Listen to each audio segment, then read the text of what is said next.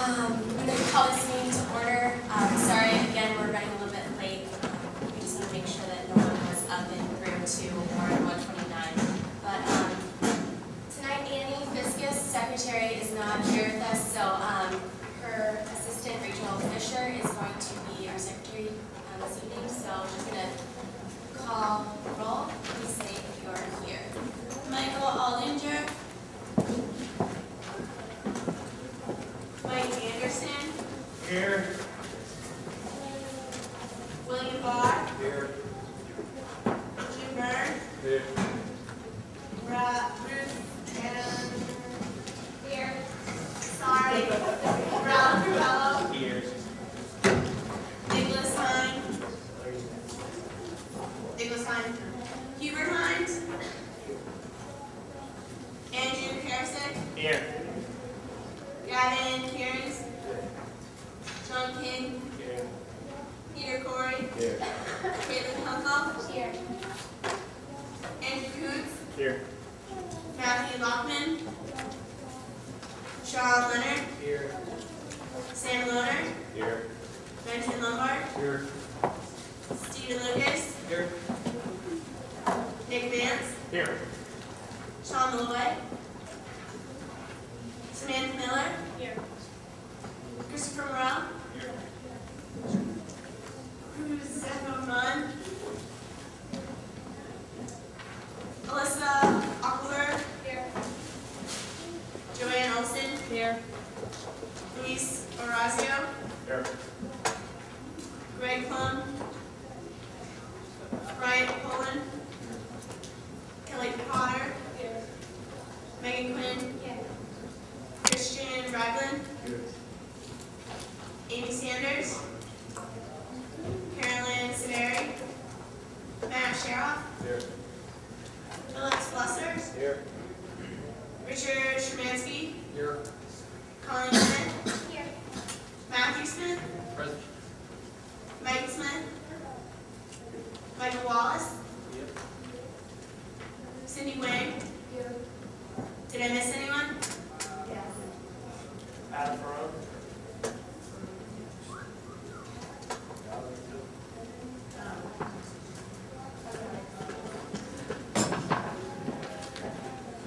All right, thanks everyone.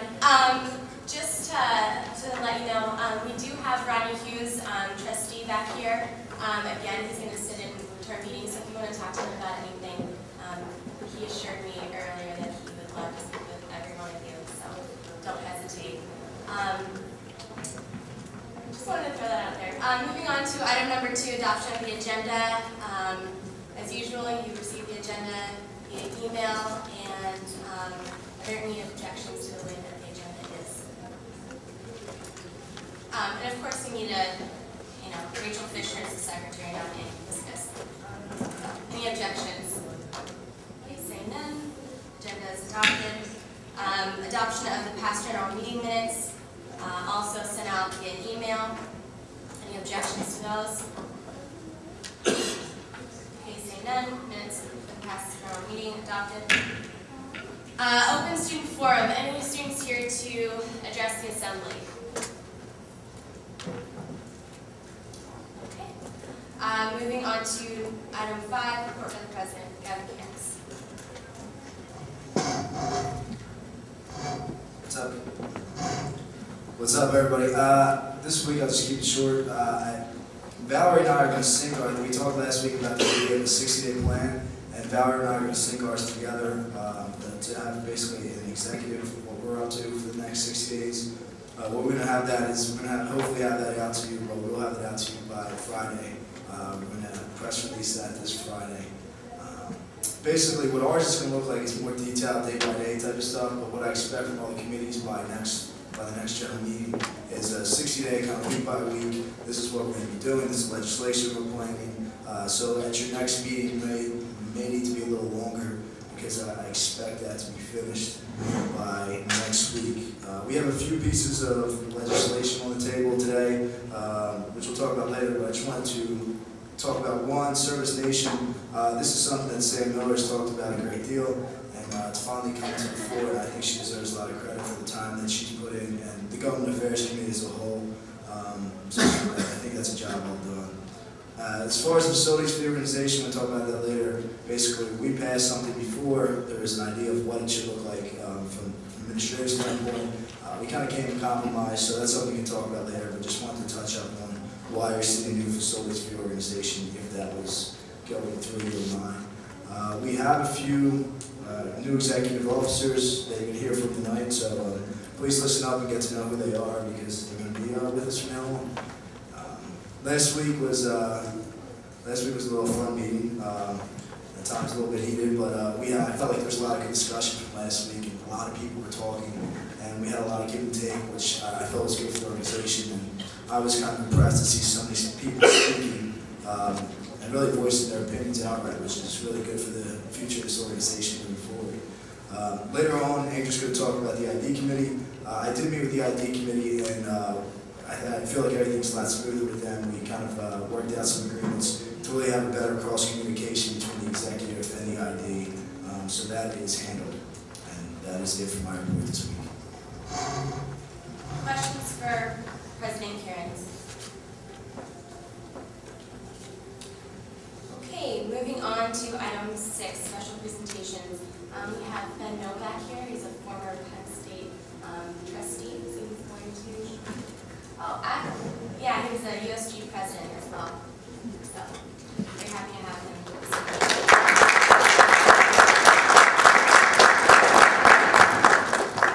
Hi. She's introduced you. My name is Ben Novak. I didn't write a speech for it this evening.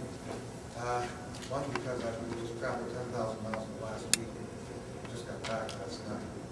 But also because I'm sort of glad I didn't, because I wanted to be able to look you in the faces and tell you who I am, why I'm here, why I've been working with Gavin and Tom Shindley and Ralph Correll and others in Safeguard of the state, and what the dreams of a lot of alumni are for you. First, let me tell you who I am. I graduated from Penn State in 1965, came in 61, and was over that period of time, I was on the board of the Penn State Book Exchange. That was the student supply store and the system whereby you bought textbooks at Penn State. That was completely student-run. There was no administrator in charge of it at all. There was one administrator associated with it, and he was only an accountant. He kept our books. But the entire operation was run by students. When I was store manager, I managed 120 students as a sophomore at Penn State who were running the store and book exchange. Next year, I was the purchasing agent, bought every single thing that went into the store and sold. Pens and notebooks and engineering supplies, everything that the students needed for their courses, I personally bought, signed the searches. No, I'm not saying because I was great. I'm saying that the students were great, and they held a lot of responsibility at the university. That was just the book exchange. There were many other activities that students ran, and a whole different way in which students were received at the university then. And to give you an idea, you're members of the UPUA. The predecessor was USG, the Undergraduate Student Government. Before that, the Student Government Association, the all-following government, back in 1922, the then Student Government. Student government during those periods was the highest respected part of the university governance system. We had a tripartite governance system at Penn State. Each segment had the powers and responsibilities to carry out its functions and duties. There was the faculty. They were in charge of curriculum, courses, and what they would teach you in the classroom. But the most important part, what everyone told everyone else, was going on half of the college education in the classroom. So the faculty was responsible for only half of your college education. The other half came to you from your activities on campus. When Penn State was founded, one of the founders called it an experiment in democracy. We were to be an experiment in democracy. We were to be part of government. When we said that, the student government was the prime part of that equation. Here in this room, I believe it was this room, I'm almost sure, but in 1955, when this Hatzel Union building was opened and dedicated on February 22nd, the president of the university then was Milton Eisenhower, who was no shirker. He was brother of the president of the United States, Dwight Eisenhower, who later became president of Johns Hopkins University. But when he was here, he addressed assemblies of faculty and alumni and trustees and students. And he said, Penn State has two presidents. The first president, the highest president, is the president of the student body. I, of course, am only the second. Now, at that time, the student body was considered the very soul of the university. It was the highest club. And what it did was maintain the spirit of the university. And that was even more important for at least 50% of your college education, in maintaining that spirit. And that spirit is what made Penn State so great. How we grew from a cow college into the state college and then into Pennsylvania State University. And the great leaders who believed in us, George Atherton, Ralph Gordon Hetzel, Milton Eisenhower, who saw that the students were the very foundation of the university, the very core. But in the student leader, the student assembly, the student leaders on the campus were assembled in its student government, and they received the respect of the faculty and the administration. So that back then, I, as student government president in 1964-65, was addressed by President Eric A. Walker as Mr. President. Now, what do you think I addressed him in return? Well, you know, you didn't call the president Mr. President, you called him Prexy. That was a title bestowed by students on a president whom they deemed to give sufficient honor to the student body. And so Eric Walker was given the title of Prexy a few years after he came to Penn State because he cared about students, as did other presidents before that, President Hetzel, President Eisenhower, and so forth. And in fact, I think Eric Walker was the last president to receive the title of Prexy. Although I think President Spanier has been recently given that title. That title was given at that time. Penn State, our student governance system, was more like the 50 states of the United States. We had 50 different activities going, and each of them had prerogatives and powers and authorities. At that time, Lions Law has the power to confer the title of Prexy on the president. I think they bestowed it, I read that they bestowed it upon President Spanier in the last years. But I don't know if any of you use the title. President Walker and his predecessors considered that title to be the highest honor they received. And you know, when you think about it, it is the highest honor that a president of a university, a president of the administration of a university can receive. Because whatever other honors he received are, from associations and organizations, they always got to give honors to somebody. But to be honored by the students is the greatest honor of all. Just as for a professor, he can get the outstanding this award or outstanding that award from his faculty, but when his students or her students care about him and give a special honor to that teacher, that's what warms their heart. That's what they care about. Now, you have so much power to do that. So much power. Your power is the power to give honor, the power to show respect. And when you do that, others will respect you.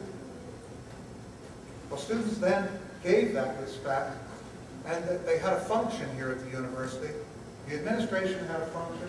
As I said, the faculty had a function. It was to develop the curriculum and the courses that you would be taught in the classroom. That's a pretty big part of your university education.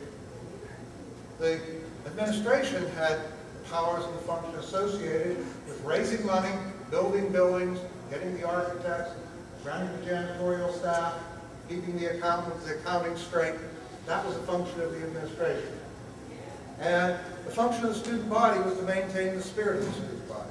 The spirit of the university, first to create that spirit. And they did that through the legends and the stories that we all knew, the songs we all knew, and more particularly the manners that we all knew and taught each other, and the conversations that we had, the bowl sessions that we had, teaching each other, arguing out, sharing what civil engineers and physicists learned in one class with philosophers and literature students from another class. There was a lively discussion of all of these things. What you learned wasn't simply, I'm only in this course to pass an exam and get a job certification. No, we were here as part of an educational experience. To see what young people's eyes see for the first time when you are brought into contact with that knowledge. To see how it brightens your eyes and makes you come along. To see the wisdom of the ages and the greatest advances of modern science. How do you react to that? That's what the world wants to know. That's what the world wants to see. And they want to see it in your way, with your university, that you have built up the customs and the traditions. And that's so important. You know, two of the greatest universities in the world are Oxford and Cambridge. If you went to either one of those, you'd be assured a career all your life, and the honor wherever you went. An Oxford man would never want to be confused with a Cambridge man. And a Cambridge man would never want to be called somebody from Oxford. Yet there were two of the greatest universities in the world. Why? Because each student body creates its own spirit. It creates its community. And that is your function. That's why the students were considered the highest part of the university, because you created community. And you know, in one sense, it sounds so silly to say, you know, customs and traditions. But if you go through the yearbooks, start back there, what is it, 1888 or so, and the first Levy, and you look at the student government page, or pages, in each of the yearbooks, they'll each recite, well, the functions of university were to maintain the customs and the traditions, and to maintain the conduct standards of the university. So student government had that was its main functions. So it put on the events of the year, the homecoming event, the spring carnival. It created new events like the Spring Arts Festival that gradually changed into the Central Pennsylvania Summer Arts Festival, which now attracts 500,000 people every year. That was started by Penn State students in the 60s, holding the Spring Arts Festival. The students served this university at almost every turn in major ways that made the university possible. For example, Penn State struggled in its early years, the first 30 years, from 1859 until 1879, 30 years of 59 to 79, 20 years of real struggle trying to get through. And then along came George Atherton in 1853. Does everybody know George Atherton? Where's George Atherton buried?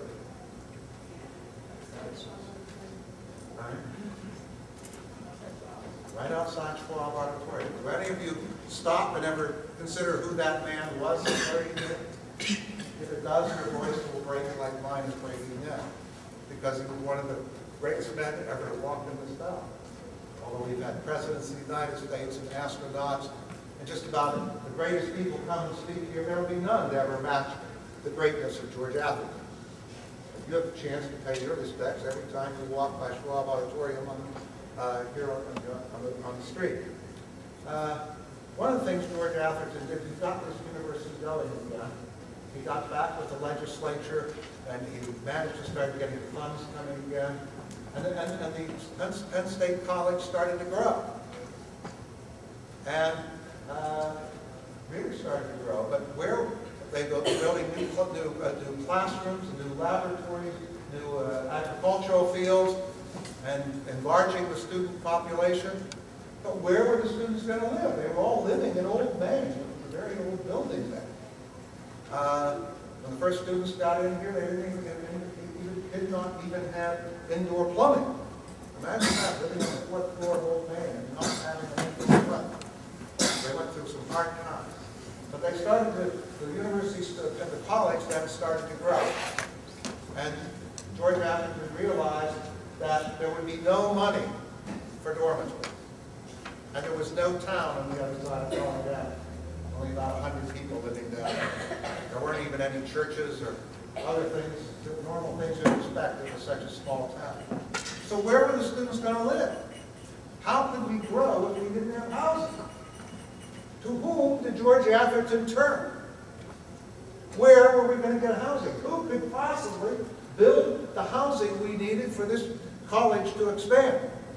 He turned to the students. He said, let's have fraternities. I thought, let there be fraternities. And the story of fraternities was that fraternities started here immediately after Penn State was founded under George and under Evan Q. There were fraternities. But the faculty thought that fraternities were a bad thing, so they forbade them. And so we didn't have them until George Atherton arrived and said, if we want this place to grow, we have to have fraternities, because only the students can build the houses. And you know what? Over the next 50 years, from 1888, actually, we could say 30 years, from 1888 till, let's say 1938, that's 40 years. I mixed up in my math. Ralph, correct.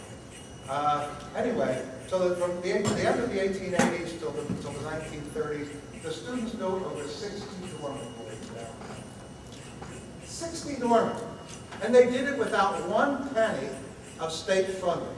They did it without 1 penny of money from the college. They did it without 1 cent of public money at all. And you know how they built that? How they could do that? They did it on pure skill. Because bankers knew back that there was student spirit among students then. And if 20 or 30 students got together to form a fraternity, and they went to the bank to get a mortgage, the banks knew that if that were a fraternity, they could create a bond among themselves, a fraternity bond, and pass it on every 4 years to a new generation. And they knew that that mortgage was the safest mortgage they could make, and that bond would still be there 20 or 30 years later to make the last payment on the mortgage. Even during the Depression, and we know what a financial crisis we're in today. Well, in 1929, the Depression broke out in the United States also. And during that Depression, they were still building fraternities. And you know, at that time, you can read it in the Penn State records, that the bankers considered fraternities to be the safest investment in the United States. They didn't default on their mortgages. They were a lot stronger than Bear Stearns and Lehman Brothers and all the others. Stronger than Andrew Carnegie, who built Carnegie Building, or Schwab, Schwab, who built Schwab Auditorium. Some of them ended up in bankruptcy at that. But fraternities always made the last payment on their mortgage. And it was all because of the spirit and the bond created among them. And so, if you want spirit, we have to learn to create those bonds again among Penn State students. And let me give you an idea of what I mean. I think that any student who wants to travel between Maine to the southern tip of California should be able to do so without ever having to rent a hotel or motel. There are over, how many, 500,000 alumni now, or more than that? If we had the spirit, we would know Penn Staters, and they would welcome you wherever they were. And they would welcome you. Let's say, I'm a Penn Stater, they'd welcome you into their home, because they know who you are. The same as a fraternity brother would welcome in another fraternity brother because they trust you. How do you create that kind of trust? Well, when I was here at Penn State, we never locked our rooms. When I lived in the fraternity, we couldn't lock either the building or the rooms. There were some old locks on it. We didn't have keys to it, so they never got locked. It was over 3 years, and I lived in a building with 60 other students, and I could never lock my room door. We could never lock the outside door. And the only time we ever got robbed was another fraternity came over as a prank to steal our trophies. And then we had to organize a prank to go to their house to steal their trophies. But that was all part of it. When you ask about the Penn State spirit, there was such a spirit here, and there's no reason why it can't be done again. I know that we can never bring back the past, but we can learn from it, and if something was done once, then we can learn, we know 2 things about that. If it was done once, it can be done again. And secondly, on the second try, we can do it better.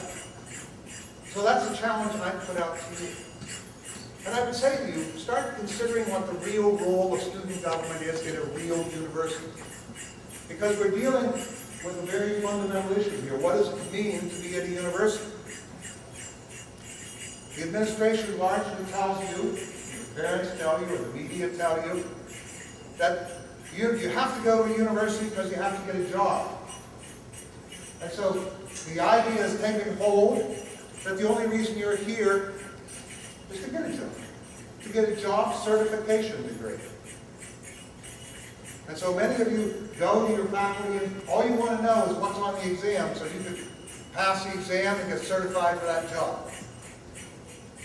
But there's another idea of the university, and that idea of the university is like a true learning experience, where you go and for 4 years of your life, you do things that you don't do in the regular world. In a sense, you kind of make the ivory tower, it used to be called, or behind the ivy-covered walls, and you created your own community. It was an experience that served you the rest of your life, that you were grateful to for the rest of your life. And when student government served that function, it had powers far beyond anything you dream of today. They just put a new fee on your tuition bill. How many fees do you have now that were put on there by the administration? Until the 1960s, the administration could not put a fee on your bill. The only people that could put a new fee on your tuition bill was the student government. And that's how this building was built. The students wanted a student union building. They went to the administration. Just like with the fraternities and with student housing, the administration says, we don't have the money. The student says, okay, we'll raise it ourselves. We'll put a fee on our tuition bill, $15 for the first year, $20 every year after that. And what was great about it, that was decided in June of 1950. And the students who decided that would never see the house because it wouldn't be completed until February of 1955, 5 years later. They set the fee on it. They arranged other things, other programs, an insurance program, and other things that funded this hub. Then in the 1960s, the administration said, oh, we don't like these fees on the tuition bill. It's too messy. We're going to fold it into tuition. We'll give you the same amount of money, but we'll just have one tuition bill, no fee. So they folded it in. And you know, you're still paying for the hub today. They never reduced it, or gave you more money when they paid off the mortgage on the hub. Okay? As a matter of fact, they added a new fee for the addition, so you're paying still that $20 a month or a year, for a semester, for the hub that was never given back to you, and you're paying a new fee for the expansion, and when that's completed and the mortgage is paid off, they'll still be collected. But before, only students set the fees on your tuition bills. Mr. Novak, Okay. we've run out of time. We Oh. could extend them. Well, there's a lot of other things I'd like to tell you about, and a lot of things I'd like to explain about the history, and I'd be very happy to do that at any time that you would want to hear about those things. We have time for questions. Okay, Representative Kunkel? Second, any objections? 3-minute extension? None? Okay, 3 more minutes. I was saying that the powers that student government had, both over your tuition bill, the fees put on it, and the things that the administration didn't have. Ralph, I've talked with you, Ralph Ravello, here. I've talked with you. I just read your article tonight on the Safeguard State, the website that you talked about. Under the rules of the current rules governing university government, the function of the faculty is to advise the administration on academic and curricular affairs. Wow, what a change. Before, the administration had nothing to say about academic and curricular affairs. As a matter of fact, when I was here, the administration didn't really have much to say about student affairs because we were completely under the faculty senate. And everything was decided by the faculty senate. And only the faculty could decide student and curricular affairs. It couldn't go to the president to decide those things. We had 3 separate areas of government. Well, I think that that's a very good goal for us to search for in the future. How to regain the respect that we could once again be a major part of the governance of this university. That we in student government, and I say we because, well, I was a student, undergraduate for 4 years and a graduate student for 17, so I was a student here at Penn State longer than most of you have been alive, and, or some of you anyway.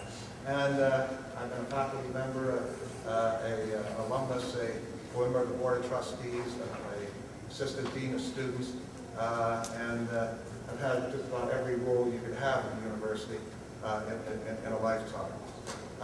But I'm saying, as students, everyone is looking to you to reassume your role. But there's one lesson you really do have to learn. Nobody and nothing is entitled to respect. You've got to earn it. You've got to earn it. And the student body can earn it. It did it before. It can do it again. It earned the respect of the alumni, of the state legislators, of the general public, of the media. The student body had that respect, so that our traditions were highly honored.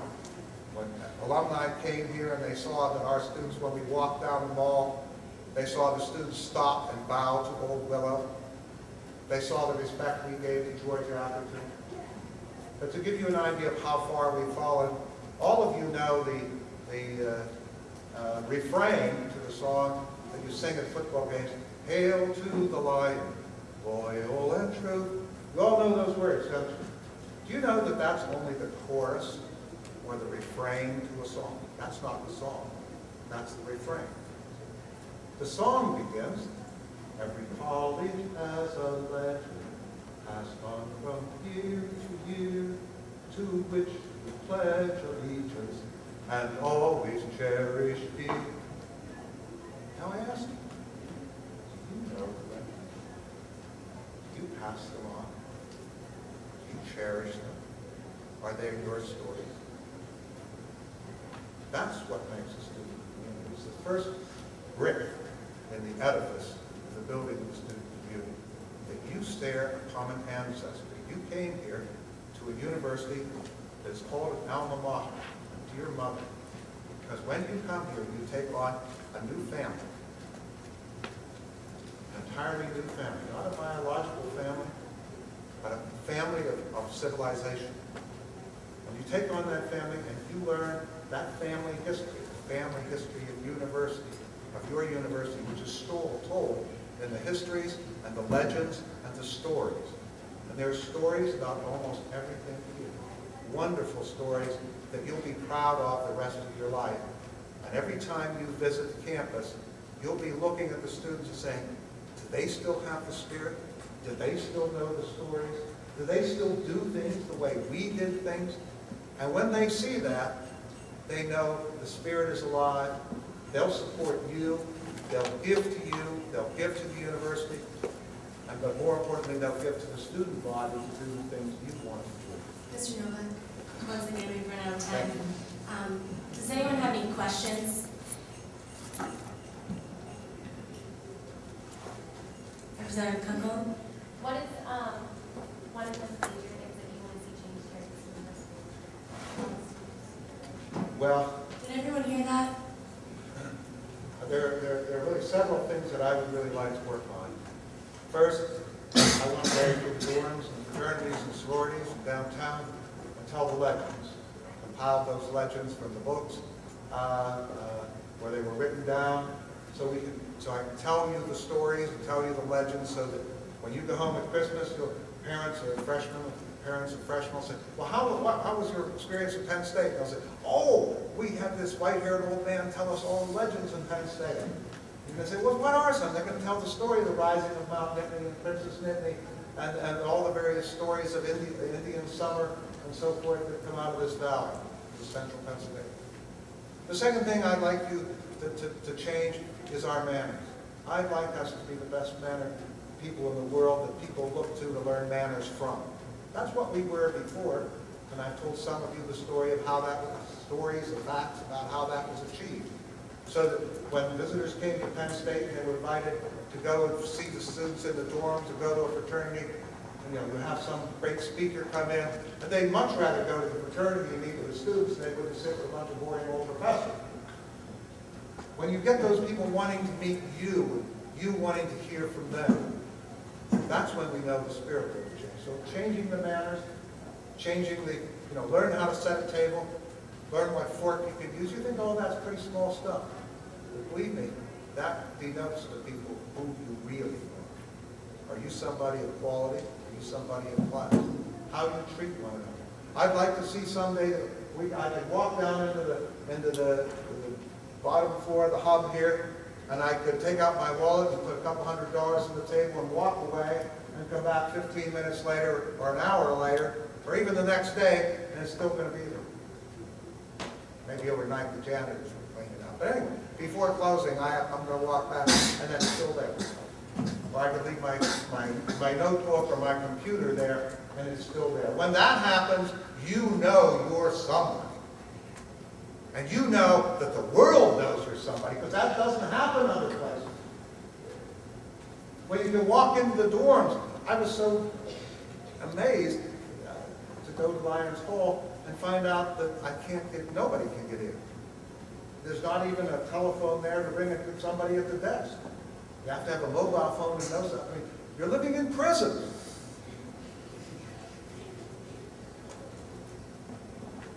So there's many things that change till we become a trusting community again, as we once were, and as we can be again. That's the real leadership. Do you want to be leaders of this campus? Then inculcate that. That we know the stories, we know who we are, we know our legends, we know our identity, we know our community. We honor each other, and we set the standards of politeness and courtesy that others look up to. Final goal is I'd like to have you have independent organizations. Independent with your own budgets, your own monies, raised from alumni, raised from townspeople, independent nonprofit corporations with 501c3 tax exemptions. So that you're no longer under the incredible requirements of, we used to call it ASA, the accounting of the university. Unfortunately, we still call All right? them. I said, unfortunately, we still call them. Okay, under ASA. And you can have your own meeting rooms and do your own things without going through the bureaucracy. The whole goal of student government is not to say the administration has all the apples and we have to figure out how to get some money and we have to beg and plead with them. The whole goal is someday they're going to come to the students. They're going to want to meet you. You don't create programs for students to meet the administrators in some artificial thing saying, tonight we're going to meet each other. No, someday they're going to come to your offices and we want to get to know the people who are doing all these things for Penn State and giving us such a good name. Then, when they come to you, you know you've made it. Okay. Thank you very much. That's all I have.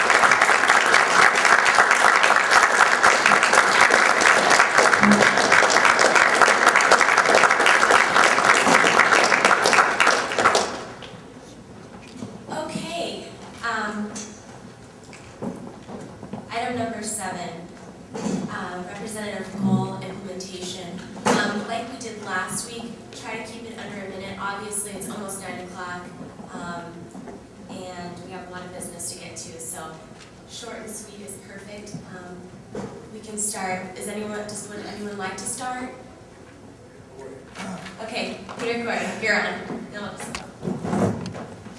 Alright, so as I proposed last week, I'd like to see the freshman forum get started, and we're in the process of myself and Colleen acquiring sponsors and trying to get the ball rolling with that. We acquired a room, trying to put the word out, I'm going to get in contact with media relations and try and set up a presentation for a facility for something we can get the ball rolling. Since last week, I've been working on picking up the downtown area outside the off-campus residents, apartments, snow and ice issues last year, not cleaning up with different kinds of ashes, systemically getting hurt, things like that. I've already been in contact with the public waste department, and I'm going to be sitting with them.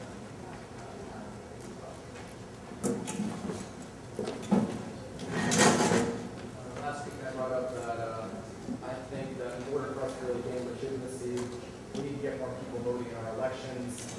And I've come to the conclusion that what a lot of students like is gimmicks. And I haven't thought of one yet, but I'm a big guy, I'm sure I will.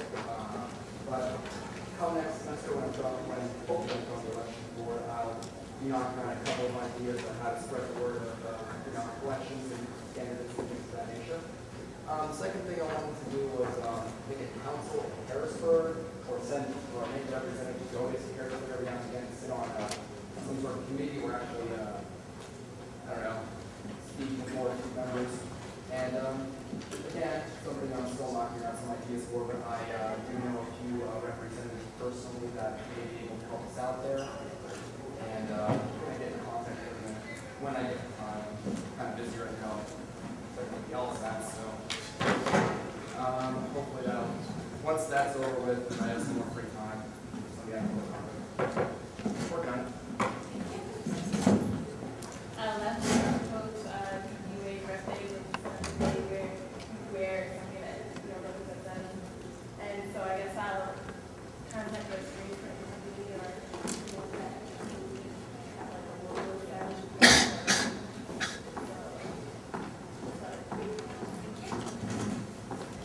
I guess my big thing was last week was the questions for ID. Peter and I are starting work on that this week. Ready to go next week? Okay, the rest of student allowance, we already had the first meeting. I feel a lot of people like this stuff, but that's been pretty well. And then as far as the opening budget thing, my strategy so far, I've kind of tackled in, protecting. I've really kind of tackled is instead of asking what you want, ask for a meeting, a public meeting, where the person in charge of explain why they aren't giving you what you want, which is generally refused, in which case often the legislators who've already criticized tenure or not. But I know Safeguard State had mentioned fiscal transparency for diversity and their challenges, so I think yeah. I wasn't able to present my idea last week, so I'll just go into a little more detail about mine. I'm kind of like throwing something out there, high hopes, but I actually want to do a spring carnival, and I thought it was kind of weird that Penn State used to have one of those, as Ben said today. But this would happen about a week before final exams. It's basically a time for students to relax and reflect on like the year and celebrate and have a good time. It would occur like some evening from 4 to 8, central area, have lawn. I want to get like other student organizations involved with this. For example, there would be like games and food everywhere, tournaments. So Black Caucus would be in charge of the dodgeball tournament and like Clem's barbecue or something, and then LGBTTA would be involved with something else, like the basketball tournament or something. But basically, we would have sporting tournaments all evening in the Hub lawn, and just food and ice cream and I don't know, good time. I presented my committee's goals last week, and as Gab mentioned before, the 60-day plans will be available next Wednesday, so.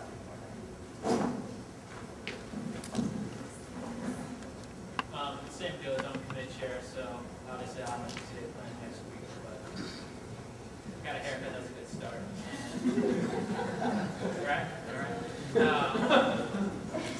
So basically the other thing is next week in my committee, we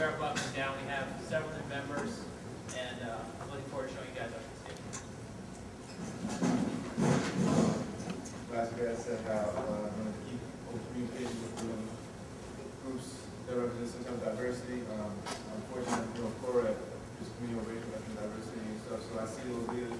So he goes to those meetings and stuff, I can get to the meeting times so that they know I'm coming and they can do what they need and keep taking them. As far as having a spring festival, Mike Miles, myself, Louis talked a little bit about having it be easier to raise money for it. There was for some sort of cause like cancer or something like that. Something for cancer. And we could also try and get money from the spa or that ballroom while it would. In conjunction to what Peter said, we both are really interested in getting the freshman forum going, so we are in contact with people regarding the sponsors and stuff to get the event going, to get people out there, starting a Facebook group.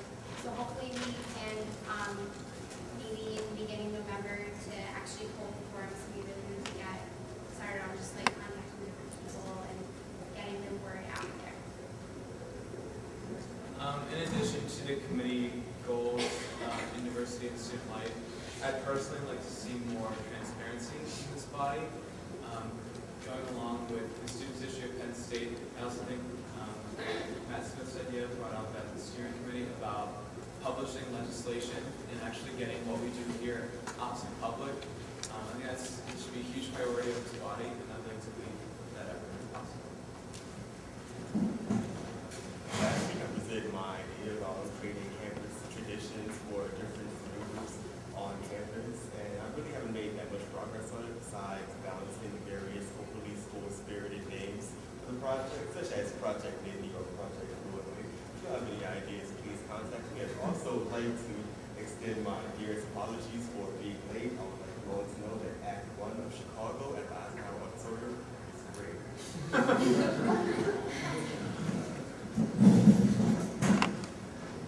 Brian Fuller at PHC. Last week I said that we need to do a like a Who's Your Rep campaign. So basically what I think we should do is just take headshots of everyone in the that represents the constituency. Just maybe have like one basic flyer for everyone to post it like in their respective college, or whether it's on campus or going to the off campus at bus stops. And I think that maybe we should have like one event, maybe like in the hub or somewhere, everyone can like come out and like Who's Your Rep. I would like to see a UPUA Olympiad, or like kind of like where like you have sponsor representative and they compete in whatever it is, like whether it be a sport, some type of jeopardy, and then based on how well they do, they bring more money back to the organization. Something like UPA versus Black Caucus, whoever's there, and you just try to see how much you can raise for your organization, or give it to a different charity. It all depends on how you want to do that. All right, my big idea was trying to get a dispute center with the students and faculty. I guess the big thing I got to do first of all is talk to the academic committee about that, and then from there I guess we're going to have to talk to a lot of teams, because they're going to be the ones that really decide if this happens or not. So we're going to have to get the center first of all. Yeah, first and foremost, one of my goals I mentioned last week was the implementation of facilities fee board. That's kind of something I'm working on right now. I'll talk about that later in my committee report. Also, I said I wanted to kind of make more contacts, just be able to make more inroads with people. Particularly, I said last week, like with administrators, the idea of legislation and stuff like that. But I kind of changed my focus, not so much with administrators, but just with other students and helping other students get involved in student government, whatever ways they can help out, kind of making them more aware of UPUA through almost kind of more like grassroots level efforts. The first thing I'd like to do is to try and create the faculty senator position for the Schreiner Honors College. Already I've spoken to Dean Brady of the Schreiner Honors College. He's for it, and I have to start looking into the actual faculty senators and kind of areas I need to reach out to. Also, I'm looking to create some kind of banquet or get-together social, if you will, for CCSG and UPUA, kind of like bridge some ties with each other, and that way we'll be able to really converse on different issues and have a better working relationship on anything like The standardization of nominations, elections, appointments for representatives and senators. ways to do that is consult the Constitution bylaws, figure out exactly how it's supposed to occur, and then set a time for nomination that they have to occur, a window, set a deadline for which they either have to be appointed or elected, and then communicate that to the different units and hold them accountable to it. What's up, everybody? Mr. President. Last week I presented with one of my committee goals. It was, I guess we were researching senators' voting records in regards to matters like appropriations, stuff like that. And then we put forward the idea of maybe like a website. But like I said last week, Raise My Senators is a foreign website, so that's out of there. And then so I'm in the midst of, like, I guess, looking for another website if that's feasible. And then last week I was away, so I don't really get to getting. But this week I guess I'm going to confer on our government affairs meeting and work with the next step is to research and do my thing. Hello everyone. Sounds a bit like people are stealing my ideas a little bit, but that's fine. Wallypalooza is going to happen. It's going to be more like a festival though, as opposed to a carnival. Although all that great stuff that Caitlin said, such as food and events, all going to be incorporated into it. We're also going to look into getting a big act up here, go to SPA to maybe sponsor that, get a big artist up here.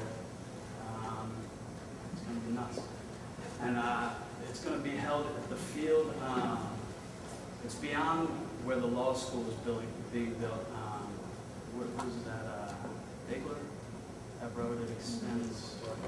And then it kind of goes down a hill, and there's this huge open field. So that's where it's happening. It's going to be crazy. Last week I spoke about the space in the hub and how it, having it be almost either entirely or nearly entirely for students and student organizations. And I think the only way that we can accomplish that, or that I can accomplish that, is to start with research, put together data about how the space is allocated and exactly how much is going to each party. So I think that's a long-term project for the facilities committee.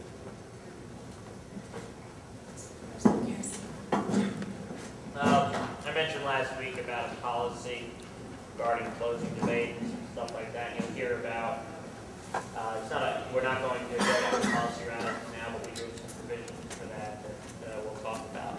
And in addition, as ID chair, my committee and myself are looking for ways to streamline this organization so that the internal politics is kept to a minimum such that everyone's wonderful goals, and I truly do mean that, can go on without a hitch, and you don't have to worry about the internal bureaucracy that we face on a daily basis.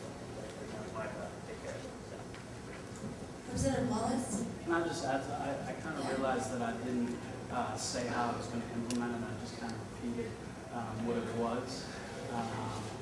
So implementation is going to kind of take place. I did speak with Lou last week. Going to go to SPA for some funding, and even as Big Ben was up there, getting me all pumped up, he kind of put the idea in my head of, getting the students, to put up for it and make it happen. So, we can travel down that path possibly.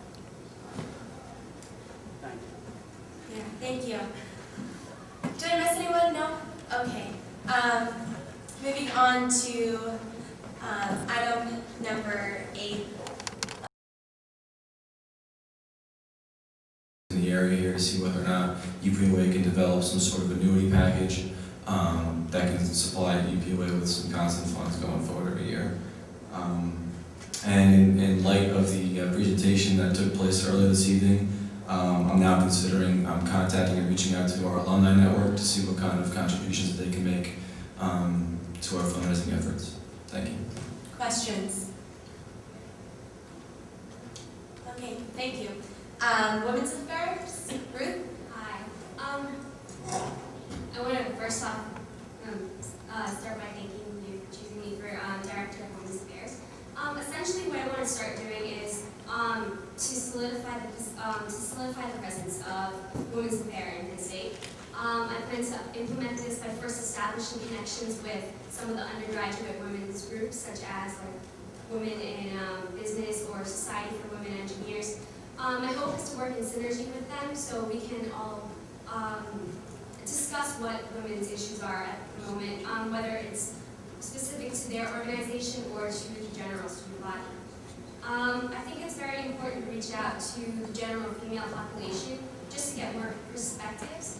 And one way I was hoping to attract attention is by associating with Center County Women's Resource Center as well as maybe the Health Center on campus. With those organizations, I want to see if we can hold some kind of like educational presentations or seminars or something like that sometime this semester, related, health-related or with harassment issues, and just to provide more information about on-campus services.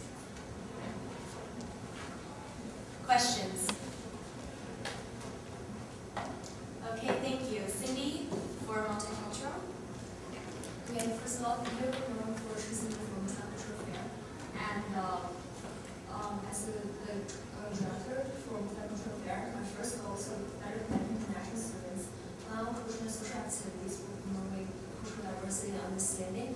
And what I already started doing is I emailed all the Multicultural Club and hopefully getting some responses back soon. And then what I want to do is co-sponsor Global Connection, which have two programs. One's called International Friendship Program, and the other is called Conversation Partner Program. And I would really love to sponsor those. And then last of all, I would really like to start an academic service for students such as like ESL Help, which will be called a learning center for English as second language native students. Thank you. Questions? Okay, thank you everyone. Moving on to committee reports. Again, let's try to keep this as short as possible. Steering committee, Mr. Carvello. You'll have the steering committee report in front of you all. There's just 2 points I'd like to add. Really an update on bullet number 4, which is our church contacted the president yesterday with the running dialogue. They do have an application out for all on-campus students to fill the resignation of Tamani. Basically their application deadline is the 16th. And from that pool, they'll select a qualified applicant and then it'll be presented to this body.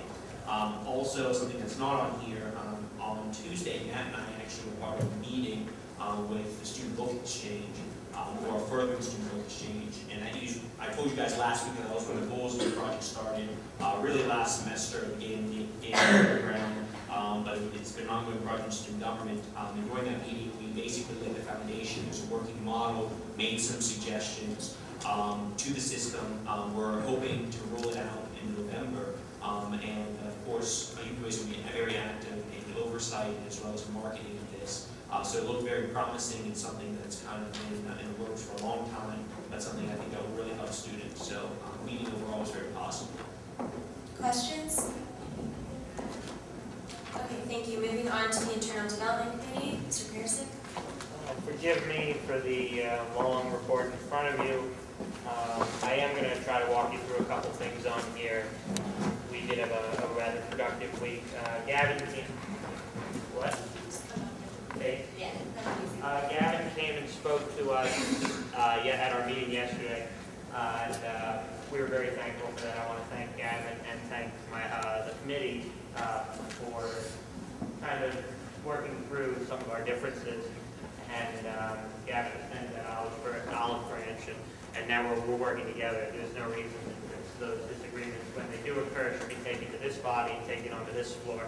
And we're hopefully we're going to work on that in the future. And with that spirit, you'll see on the following notes, the next 3 bullet points are new procedures that we're going to try to implement without policy. We'll see how it goes for the submission of nominees for executive cabinet director positions. You can read through those on your own. Regarding the executive cabinet director positions, since that was such a big point of contention last week, The committee voted and passed the following recommendations. We are recommending that Gavin create a Department of Legislative Affairs instead of the position itself, and that department will assist all of us, both the executive and the assembly, in forming legislation and dealing with legislative matters. We also would like to merge the business and marketing departments, and you can read a little more about that below that. And there are some other recommendations on there. An important note is under the committee discussed objections to ending debate, and I wanted to make everyone aware of this for the future. As per Robert's Rules of Order and bylaws, any representative that objects to ending debate is actually yielded the floor automatically for 3 minutes to voice their concerns of why they're objecting, or they can say, their piece for those 3 minutes. So just be aware of that as of right now, we are not proceeding with the policy of changing how debate is ended. Yet, if you object, you are going to be given a chance to speak, and you are yielding the floor. Sean Malloy is now the vice chairman of the committee, and regular committee meetings are Tuesdays from 1 to 2 in a room to be determined. If anyone would like to join us or give us feedback, please let me know. Questions? Representative Loner? How many more positions are there to be filled? I would defer that to Gavin or Mike Anderson. Mike Anderson, sorry, not Mike Morris. My apologies, it's been a long day. At this time, there should only be one more person come to the assembly for the rest of the semester. Well, actually, it could be up to 3. We do not have an LGBTQA position, nor do we have a religious affairs position, and we need to fill the legislative council, the Department of Legislative Affairs. So, but for the short term, and that's 4 then. Other questions? Representative Knock? Has the ID committee talked about adding a co-chair to the multicultural affairs committee? The co-chair will focus more on non-international students in addition to Cindy, who we have who's focused on international students. I know it was a topic of discussion on our last meeting. If you look on there, it was the ID committee suggestion that we appoint the second man to deal with that rather than a co-chair and go through the lengthy process of that. So that is the committee's recommendation to President.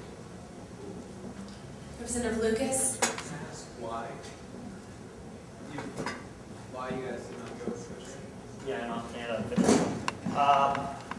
The committee elected not to go through with the co-chair because they committee voted based that sometimes it's better to not have 2 people like in the same position, that having a hierarchical structure can sometimes work better. That's the committee's decision, and that is the committee's recommendation. So the committee as now does not wish to hear a second candidate for that.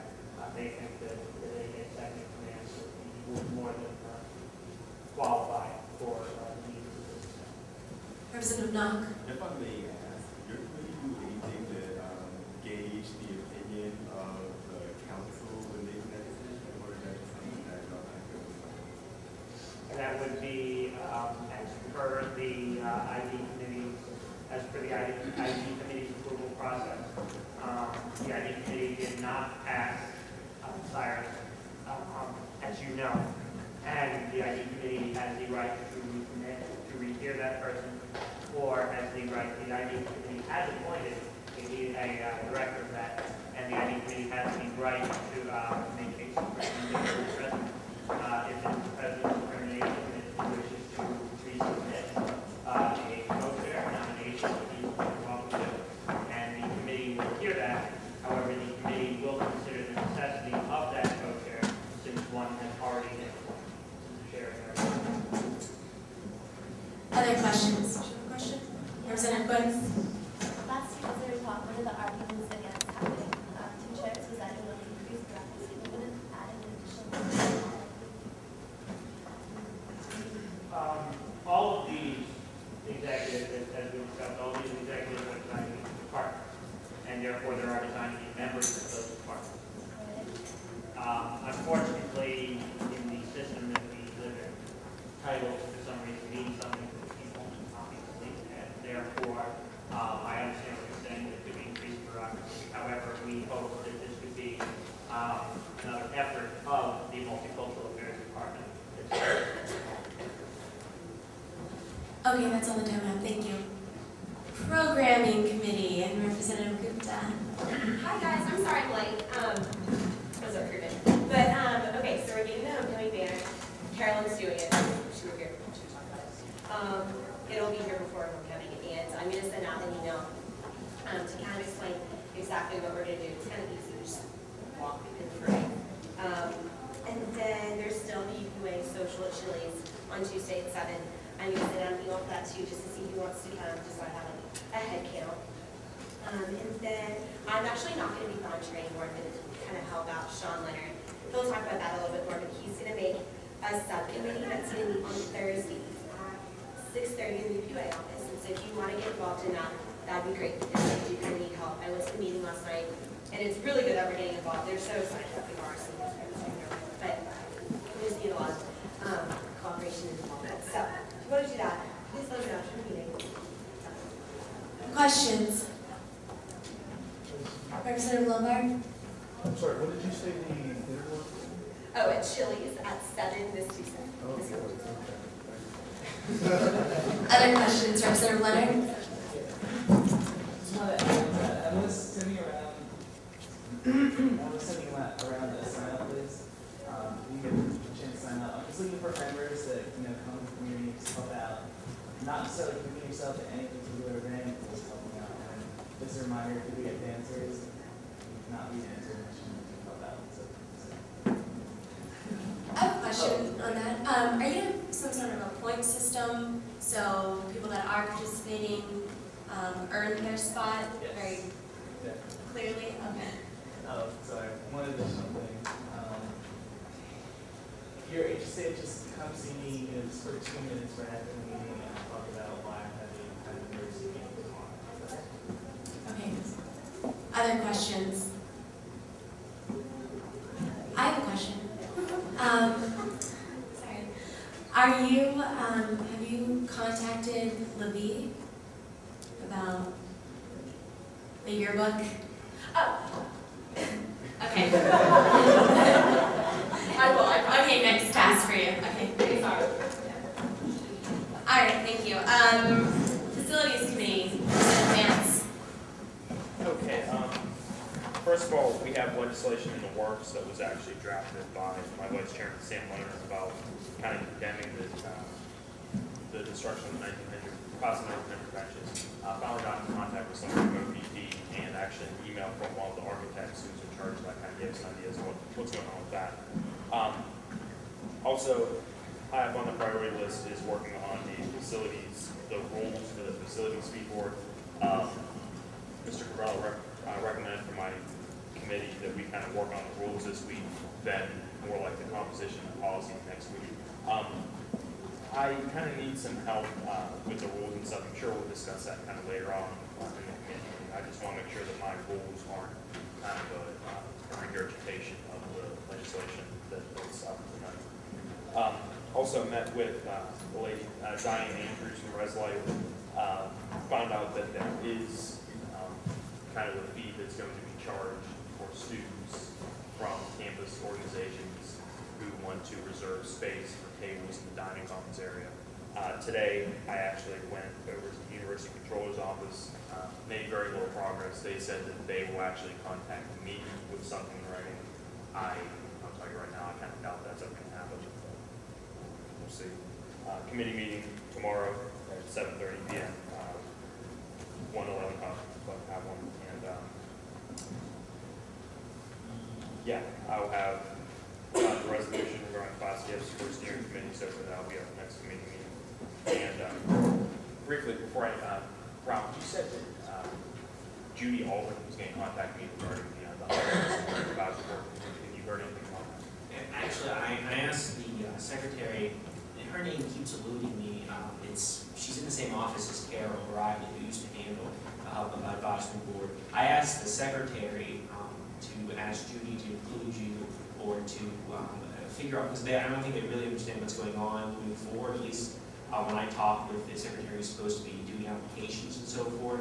They were figuring that out about a week and a half ago. And so I asked her to include you on what's going forward in terms of applications or things of that nature. So you think it may just be stopped by Julio's office? Yeah, that's probably the easiest thing.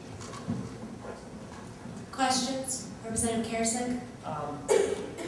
As per the request of steering, I spoke with Diane at the ARC meeting on Monday. And as she explained it, the charge is not going to be for tables in the conference. It is going to be, however, reserved areas like the college breakfast, the social lounges, the gold room, things like that. So to actually reserve room space is what they're going to charge for. Pending approval by the controller's office, but they are not going to charge for the room space. That's what she said.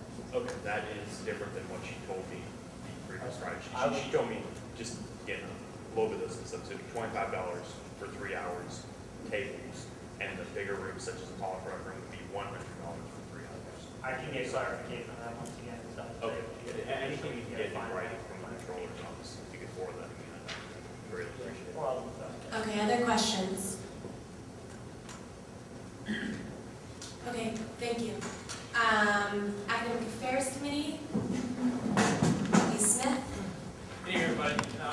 In Academic Affairs last week, we met with Nicholas Barchlek on the University Task Force in Instruction for Property. Basically, the university is working on getting student representatives to sit on Academic Affairs, which should be there, fill out questionnaires about student privacy in regards to how students should be utilizing Penn State products on the world campus. Otherwise, like Rob talked about outside the committee, went to the book exchange, and I'm going to send out an email to everyone about where the book exchange is located currently, in web form, that everyone can look at it and see where it stands. I believe that it met all of Academic Affairs requirements from last year. It's pretty sharp right now, but obviously the committee's going to handle it, make it a little bit tighter. Tomorrow, I have AQ, and we're talking about religious observances. Basically, Jeremy Cohen and myself are changing the language of religious observance policy to make sure that it's out of essentially the professor's hands, so students should be given the right to meet their religious observances and not be hurt in the classroom for that. And final piece that I want to talk about the committee. Oh yeah, first year engagement. Mike Wallace will be meeting next week for first year engagement. That's all I have. Questions? Representative Favela or Mr. Miller? This is actually just to add on what Matt said. We're actually scheduling to have, well, I'm scheduling to have Ian, who's the student programmer in charge of the student book exchange, to come and kind of present the software to you all the next couple of weeks. That's going to go ahead and email you guys the email address. You can go kind of test it out and send him comments, or can send me comments I can forward to him. But that's in the works too, so I just wanted to let you know that you're going to be briefed on that as we move forward. So. Questions? Okay, governmental affairs, Sarah. Okay, everything is outlined on your, sorry, they're rainbow colored first of all.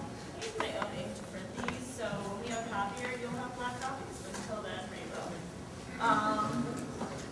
Yeah, so everything's pretty self-explanatory on there. The thing I do want to emphasize is number 4. I have a task for each and every one of you that I ask you to complete by this Friday. Everyone has at least 2 voter registration forms that were attached with their agenda. I would like you to please register 2 voters. I don't care if it's yourself and a roommate, 2 friends, it really doesn't matter to me. This is the last week. UPUA is a member of PSC Vote, which is a voter registration nonpartisan coalition, and it would be in poor form for us to join a coalition and then do nothing to support the effort. By Friday, I'd like to get them into the office by Monday so that all the registrations count. It's only 2, it's not that hard. Ask for 2 plus friends who are not registered. I'm going to have a sign-out sheet, or a sign-in sheet, I guess, in both the government affairs draw and my mailbox for you to sign when you return your sheets. Questions? When do you want this again? Friday. Friday, this Friday. Anytime Friday. In 2 days? Yes. Okay. 2 days, 2 people. Okay. Two or three? Huh? Is it two or three? 2. Some people have 3 because I was just putting them in as I have them. If you want to register extra, perfect, but I'm only asking for 2. Other questions? Okay, thanks. Last but not least, diversity in campus life, Mr. Lucas. Hi, everyone. Hopefully we all warm up a little bit. I'm going to keep it brief tonight just because we've had a long meeting. If you look at our report, we welcome 2 members to our committee, Cindy and Ruth. They're both now to be on the executive board. We thought that would be a good way of, increasing communication within UQA. They bring a lot of great ideas, and we're happy to have them. Moving on, we had a lengthy discussion about fire and safety principles. We looked into whether or not we'd like to pursue that project. At this time, we would not like to make a statement to fire about the issue. Kind of remaining neutral. We didn't feel comfortable moving forward at this point. So at this point in time, the diversity committee is silent on that issue. And also, if you're interested in getting involved in the Students History of Penn State, please contact myself or Megan Quinn right there with the green bottle. And all of our meetings are open to the public, just as a reminder. We're going to be in the UQA office Tuesday at 5:30. Questions? Okay, thank you. Do you have a question? Okay. What is the, 2 things. One, I appreciate just looking into the whole idea of flyer and responding to that. Second, what is the timeline for student history of Penn State as far as implementation? That's a good question. Actually, we need to reassemble the committee. There was an ad hoc committee created last year under Representative Barrett's tenure, but we have kind of lost contact because of the end of the school year. I put Megan in charge of that project this year, so we're going to try to reassemble that ad hoc committee as soon as next week. And I would like to have the students issue Wednesday done by early next semester. What is the status of the professor's requirements? Yeah, that's well, we have a small meeting there is, well, okay, bound to principles, reciprocity, and democracy, the exact outline of the Constitution. We have a Constitution, but I don't get everything together.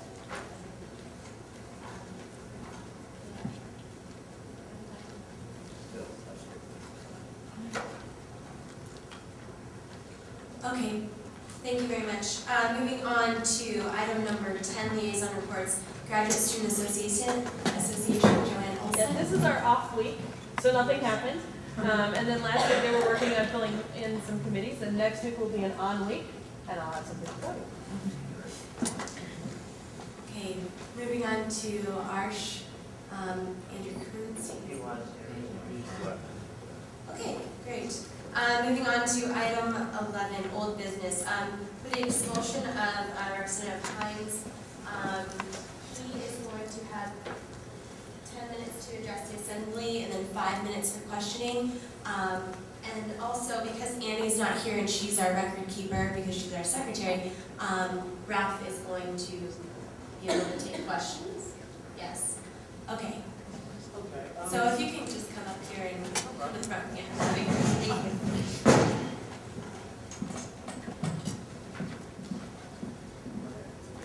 Yeah, that's good. Okay, for those of you that know me, I'm here to defend, well, about the UQA, as the group that I have over here.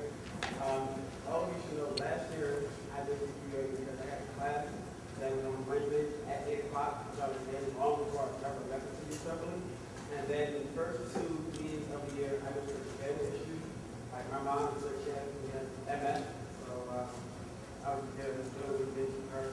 I just wasn't got any of my meetings, and then there was meetings, laptops, and anything like that. But after that was taken care of, I came to the facilities, board meeting, and meetings. After that, I just moved again. I feel that I feel I can bring a lot to UQA. So I'm very involved in campus. I I'm a member of the Black Caucus, the NAACP Youth Council, Black Leadership Symposium, as well as the chief position for USC, which is like the gospel choir here, and the organist for Unity Church, the largest black, well, actually, minority church up here.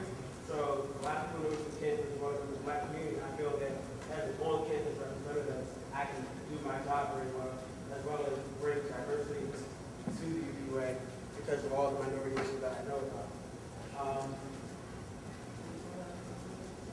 That's only 2 minutes, That's all I so. really need to say. Okay. Are there any questions? Representative Lombard. What did you cite as your goal for the semester? The UPUA Olympiad. Representative Karasik. Did you attempt to seek, and Ralph, you might answer this, excuses, excuse absences regarding the absences that you missed last year? Understandably, every class, we all have personal family issues. But did you get the excused absence? No, I didn't know you could do that.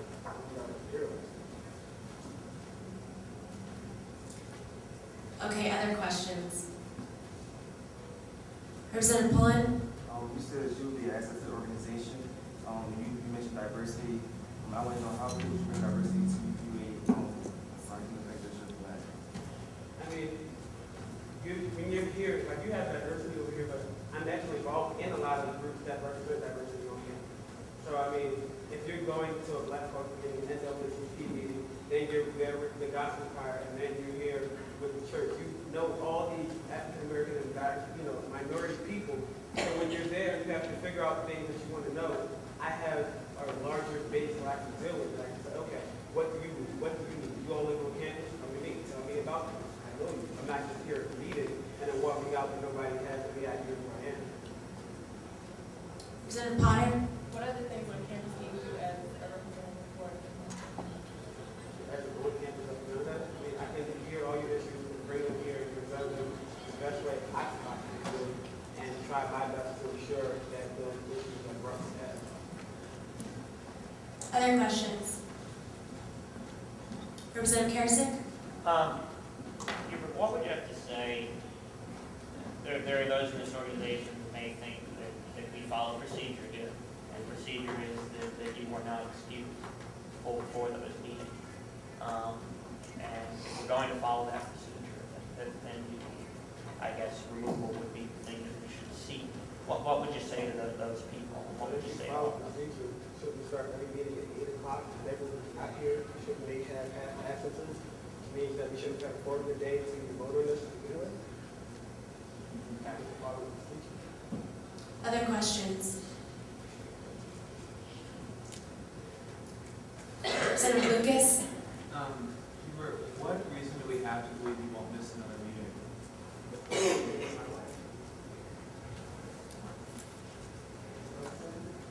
Representative Corey. You said that you sit on the facilities committee. Do you still sit on that committee, and you plan on participating in meetings? Yeah, I still sit with the meeting. On those meetings. And participate in everything else. Other questions?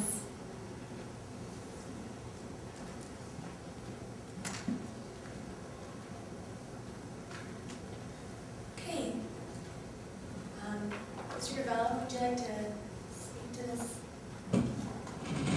Annie, just reiterate what Annie said last meeting. All his absences last semester, which were all major meetings, were marked as excused because of his class conflict, although there was limited information building up. They were excused kind of after the fact, just because it was extenuating circumstances. This semester, he has missed 2 meetings, as well as several office hours and several committee meetings that were brought up before. Annie, I thought she said she would email everyone the dates. Maybe she just emailed me and said everyone, and I mean, heads shaking that they didn't send out all the dates. But regardless, that's why Hubert is before you right now in terms of attendance. As far as I do know, and towards the beginning of the semester, she told me that I wasn't allowed to sign in for any until we voted on it. So you can't really miss office hours if you're not allowed to sign in.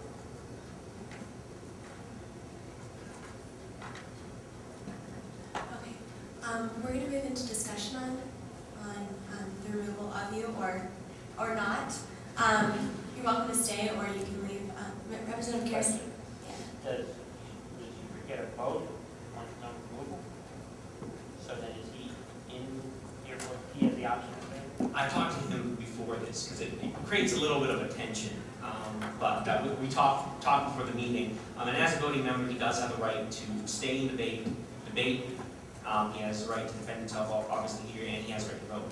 Obviously, the vote's a little different. It requires 3/4 of those present in voting. So by him not being here, it obviously, does not reach that total. In other words, it's not a plurality type vote like usual. I asked him, if he wants to leave the room, he's more than welcome to. He also has the perfectly right to stay and contribute to discussion, listen to discussion. It is being published in multiple areas, so it's not like what we talk in here normally is a secret anyway. So. Okay, so with that said, you can go ahead and take your seat and we can move into discussion. Debate. Representative Kerrison?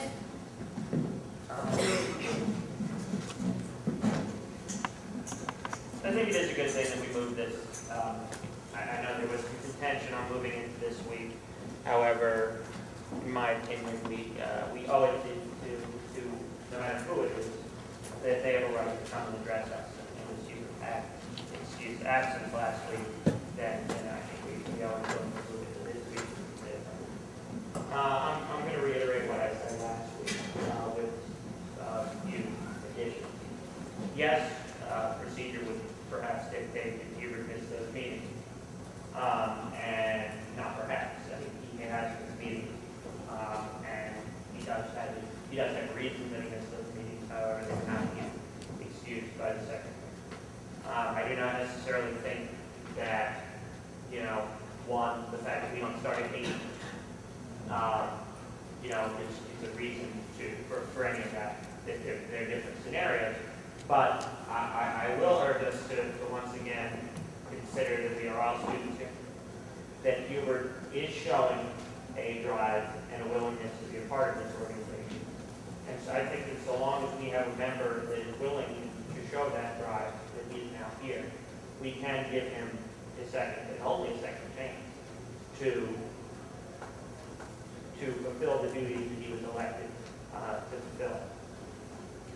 We're often presented with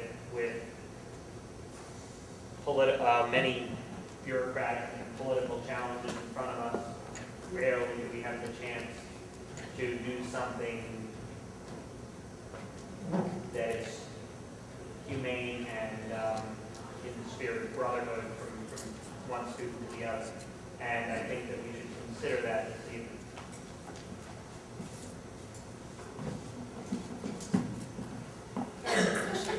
Representative King? Another question. If he misses, if we let him stay, if he misses another meeting or ultrasound, or is he up for expulsion again? Or does he get Bylaws really don't don't provide for what happens if he's denied. It just says after 2 weeks, after 2 unexcused absences, you're brought before the assembly. Once that's been decided and another one comes, it would still meet that criteria. So he would be brought back again in kind of a generic default form. But once again, that's barring the secretary. She's really the final person that initiates that process. Further discussion. Representative Knock? I would just like to say that wherever anybody really stands on the merits of any position, I think that we should honor the sovereignty of the student body. The student body does elect its representatives based on, the platforms, based on what they stand for. When the student body speaks and says, if we want to represent the student body, if we want to represent the student body, we should honor what the student body thinks, and we are what the student body chose to lead, making none of us any more qualified than the next person. I think that expelling somebody, even though it's in the bylaws, and then going through a process where you appoint somebody, kind of be trampling on the sovereignty of the student body. I think that everyone should think about that when we go through these procedures. So whether you like who you're sitting next to or not, or whether you think that they have the same drive or will that you have, that really shouldn't be up for us to decide. But the student body has spoken and speaking in April or March or whatever they vote. But they'll speak. Representative Wallace. I agree with Mark. I also think that this is just a kind of, I just think it's a little bit ridiculous. It's not like he was being apathetic, you know, he obviously had reasons for missing, not to mention, you know, the 2 meetings that he missed this year were, you know, right in the beginning of the year. It's kind of hard to get your bearings in the beginning of the year, and everybody kind of knows that. I think we should give him a second chance. He fought a good fight up there. Did everyone hear that? You guys got it? Okay. Representative Shermansky. Your second? Second, sorry. Any objections? Representative Smith?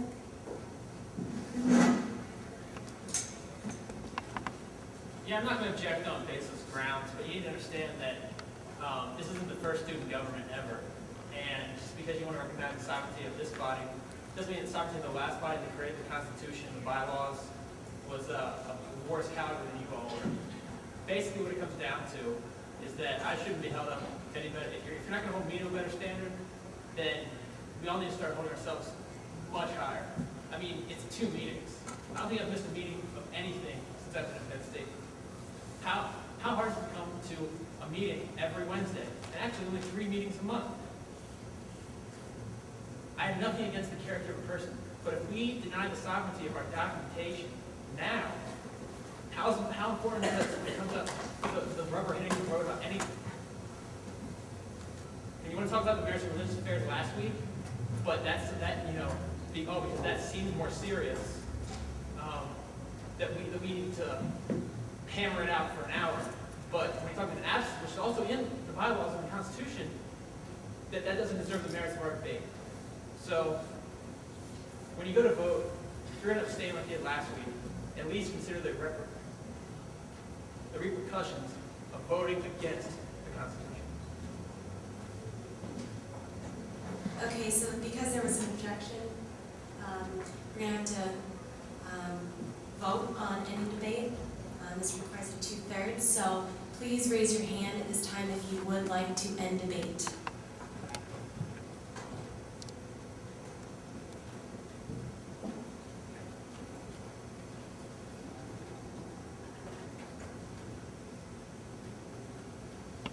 Representative Shermansky, is that a no or no?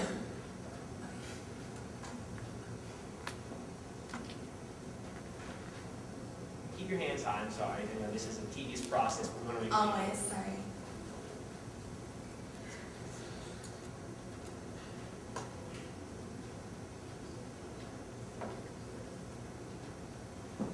Okay, so we are still in debate. Sorry. Okay. Further discussion. Representative Karasik. Very quickly.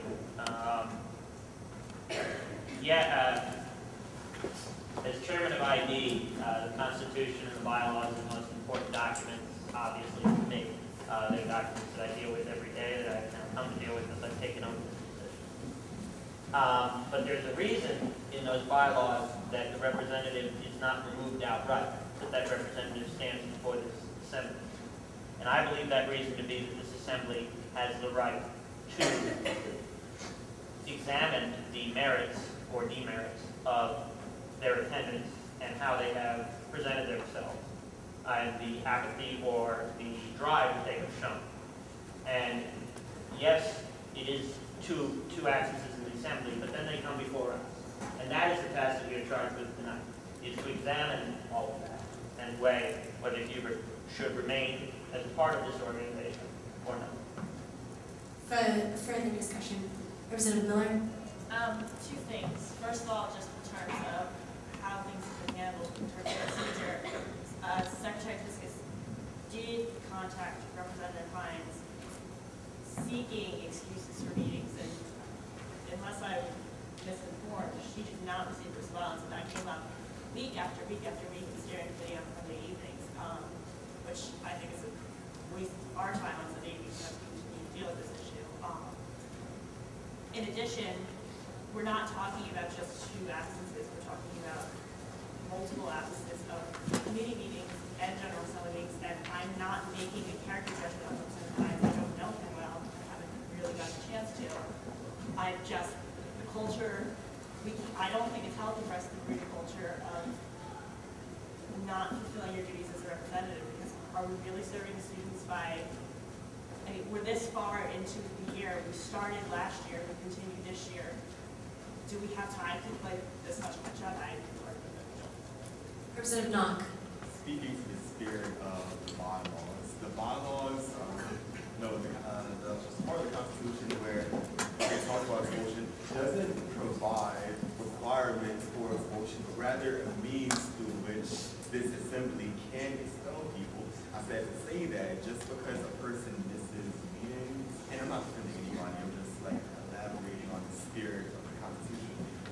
Missing meetings doesn't say that that person missed meetings, so they should be expelled. Rather, it's an avenue through which the assembly can take to expel a member, not necessarily, you missed 2 meetings and take your driver's license. Representative Leonard. Kind of agreeing with what Representative Smith is saying. We're thinking about how can we make ourselves better? How can we hold ourselves to a higher standard? And if we can't hold you accountable for your position, for your responsibilities, how can we hold ourselves for our responsibilities? Why make ourselves better tomorrow when we can make ourselves better today? So there were issues brought up today about the meeting starting 20 after 8, 8:15 about, yeah. Which is my fault, by the way. Which is my fault, not anyone else's. Just to clear that up. And also with Representative Hines not making it to the meetings, it's just either things we can solve right now. Representative Corey.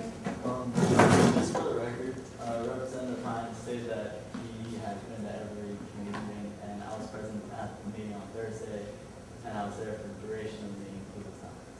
That was right after the comedian also reported that I was already expelled. I don't understand what that has to do with. I found out. You're gonna need to earn the floor, yeah. That was after the collegian already falsely reported that I'd been expelled at that point in time. So, like, between when everything got together and before that, false report, I've been at every single meeting. So, if you already think you're expelled and then you find out later, then you go, oh, okay, let's come again. Representative Lucas. I'd just like to say that I met Hubert Hines on Sunday nights last spring. In every conversation we had every Sunday night, like there was continued absences that Representative Smith and Representative Miller promised. That, what they alluded to, I would hear the Hubert Hines name every week, and Annie was like, I don't know who Hubert Hines is, I'm trying to get contact with him. It's just like this running thing. And, I think you sound like a great guy, you have a lot of enthusiasm, and this body needs that. We need enthusiasm. But we also need dedication. Like, we all come here with this set of lives and groups we're involved in, courses to take, but we have to be here. Now, this assembly votes to keep you in UPUA. I want to hear your name on Sunday because you're doing things. I love Talani, and we got a resignation from Talani. She's a great member. She has a lot to contribute to this body, but she can make the time commitment. If you can't make the time commitment, don't be here. That goes for everyone. If you want to be part of UPUA, be here. No excuses unless they're legitimate. I'm willing to give people a second chance, but honestly, if we give you a second chance, we want you to do things. We want you to be a representative, and I think you can do that. You're in all these different groups. You can bring a lot to this body. Let's do it. I want to hear your name on Sunday doing stuff, and your committee doing things. UPUA should be fired up. We shouldn't be doing expulsions. We shouldn't be doing all this stuff. We should be getting stuff done. And if you don't want to be a part of it, don't be here. And if you do, let's do something. Further discussion, Representative Mance? As chairman of facilities, I just wanted to clear up something that was mentioned about our meeting last Thursday. Obviously, I read the article Thursday morning in the Collegian, which did falsely report that you were not expelled. I, however, sent an email out, which I included Hubert in, saying that we were going to have my committee meeting as normal, as we have for several weeks in a row, on Thursday night, 7:30 and 1:11. I decided to not mention anything about the false reporting in the Collegian. Hopefully you can kind of understand my discomfort to that of some degree. However, Sam Warner, my vice chairman, did contact Hubert to say, hey, you weren't expelled. However, he still did miss last meeting. He gave me somewhat of an excuse. You can make what you wanted. I did report to Amy as an excuse absence for my most recent committee meeting, because Hubert informed me that he only checked his email, I think, either as my committee meeting was going on or right afterwards. I just have a question.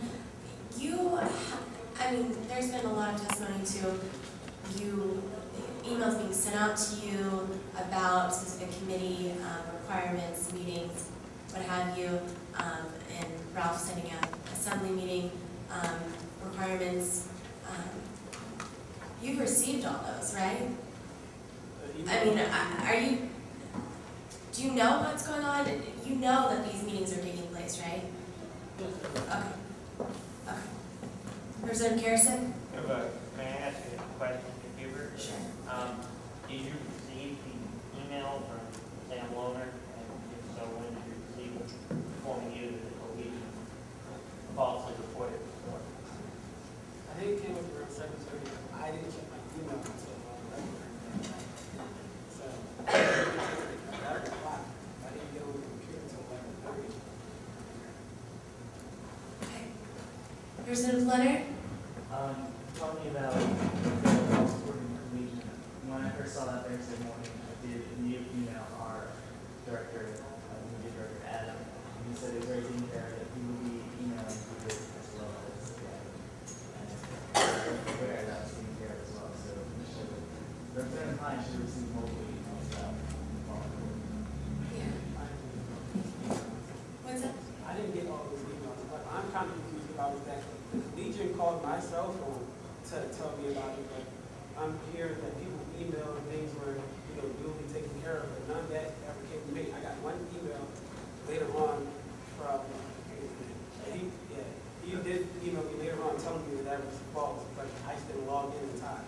So I didn't get multiple sets of emails saying, you're not here, you're not expelled, you're not expelled, you're not expelled. So whether or not you'd like to, if that was your action, if that was your intent, that's good, but I didn't get all of those things in my email. Mr. Gravello? We face a pretty interesting and tough decision. Everyone's kind of malaise, and the only passionate speaker I've really heard is none other than our diversity chair, which is unusual in the sense of this meeting, not in the sense of him. But we do face an interesting decision tonight. In one respect, we have a very interesting individual who seems passionate and who seems wanting to be engaged. On the other hand, we have the fact of his attendance record. And I think it's a lose-lose no matter what we do. In one respect, we can gain time lost. In another aspect, he seems interested to try and make up a program loss. And then on the third hand, believe it or not, and something that I'm having trouble dealing with is that we do have to hold people accountable for actions. I expect you all to hold me accountable, and I try my best to hold you guys accountable best I can. And there are constituents that, there are 6 on-campus reps for a reason. Looking down at the sign-in sheet, and I was informed by ours that unfortunately there was no UPA representative that was able to attend this week, which is one of the job descriptions that people would fill. I passed sign around sheets around the meeting and so forth. But there's a lot of obligations to meeting UPA. And this is a really tough call because he was elected by students, and we have to respect that. And he's a good, decent person, as described last meeting in this. And then there's also the requirements, and as Mr. Smith brought up. And it really has to go with where you fall. Do you want to give him a second chance? Or do you think that he had his chance and we need to find someone more committed that will be fulfilling his obligation? That's what it boils down to. It does not reflect on his character, doesn't reflect on his prior difficulties. It really comes down to that. And it's a statement for the entire body, not just for this. Are we going to try and follow these rules, or are we going to be a little bit more bendable, or be a little more understanding? And I think it's an individual decision. It's a decision I think they'll have some ramifications looking forward on how the officers deal with individuals missing. They'll send a statement to members on how we view absences, but it's really an interesting and very difficult decision no matter where you fall. So I just thought I would put that into perspective since there's a lot of back and forth going on. As far as the arch meeting, Representative Wagner and I tried to send that you got here, you didn't know where it was. You went to the arch office, called multiple times, and you could not figure out where the arch meeting was. Okay. Representative Smith? Hey guys. I'm not coming to you as someone I hope you understand is like views about the matters, because to practice democracy here as representative students, you have to be literate and you have to be able to commit to the time. And the one thing I don't think any of you heard from this representative, who again I don't call his character into question, but out of all the explanations, what is the one thing that everybody else has been filling in for? And that's basically like why he wants to be here. You're all giving him reasons why he wants to be here, but he never told you. He told you why he should stay here, but not why he wants to be here. In fact, somebody had to ask him what his plan was going forward. Do we need that individually and as a collective unit? I think that we all need to buck up, look within ourselves and decide that if we missed absences, if we were unexcused, should we be out? And that's what the motion can have. You're gonna,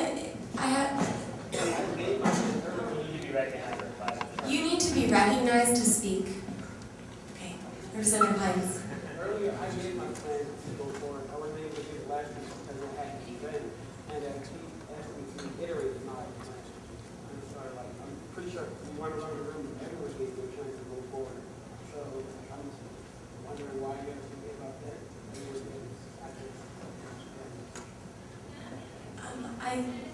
If I may. I don't know why it's addressing me because. Yeah. If I may, I think what I heard from Representative Smith was that, and you can correct me if I'm wrong, but when you were defending yourself, specifically in that moment, you didn't say anything to the effect of, here's why I have ever wanted to be here and why I should stay here and why I want to stay here. Just as a humble, kind of honest answer. I think that's what he is asking for. Correct or incorrect? That is correct. Okay. Representative Byrne. Just for the record, Ralph, I know this, but what's the procedure if we say we do expelling? I know Arch, saying that Arch nominates somebody, do they nominate them and then they come to the floor and then we vote on them? So it's going to be, are we going off even more procedure? No, Arch has, according to our Constitution and bylaws, Arch has autonomy to place vacancies, to replace vacancies. So they go through an application process and have to follow certain nuclear requirements. But Arch appoints individuals, just like the councils, if there's an academic replacement, the councils have autonomy in appointing replacements. Arch also is recognized as a federal government, has autonomy in appointing the replacement to UQA to represent on-campus students. Representative Poland. And we are currently waiting for that representative from Arch right now. Yes.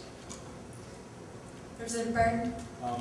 And just for the record, I know, like, not to defend him, but just if I was in his shoes, even though I haven't missed that. Just he was put up there to speak, and he was put up there just nothing, no questions. Just, I mean, he's going to defend himself. He's not going to. Of course, he's just going to be on the defensive in front of everybody. He doesn't know what to say. So he's going to be on the defensive. So I just give him that liberty that he just. I don't know. I would think I would be defensive if I was just up there. I wouldn't be like why I was here. I'd be why I should still be here. I mean, just take that into mind. You just whatever. I mean, I guess you 2 weeks to contemplate it, but still. You're saying he was on the spot? Yeah, he's on the spot. I guess he was saying why he should be here, not why he wanted to be here. Because he was on the spot. So take that into mind. I don't really know. I was just kind of battling coherently, but take that into mind. Representative Karasik? Very quickly, we're not an elite group. We should not be elite.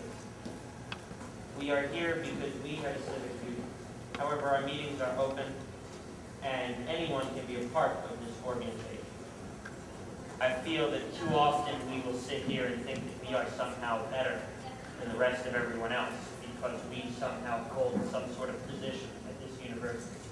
We are just the same as the other 33,000 undergraduates and 10,000 graduate students. We just happen to represent their interests.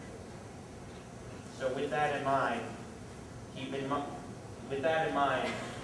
just consider that this is a truly daunting task, as Ralph said, and that this is probably the most individual vote that we have faced.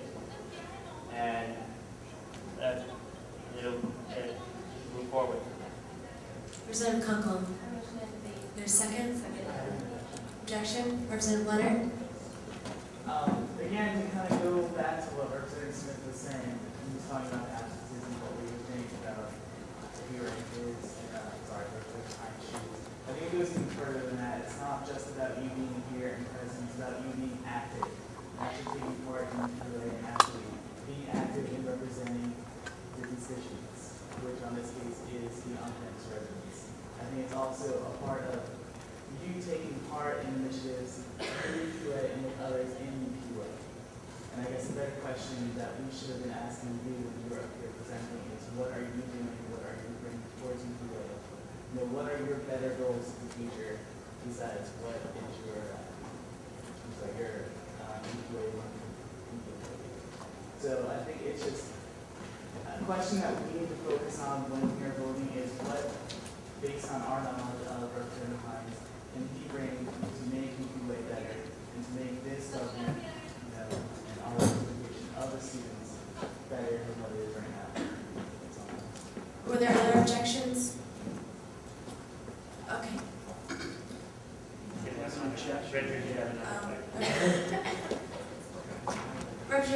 Representative Szymanski.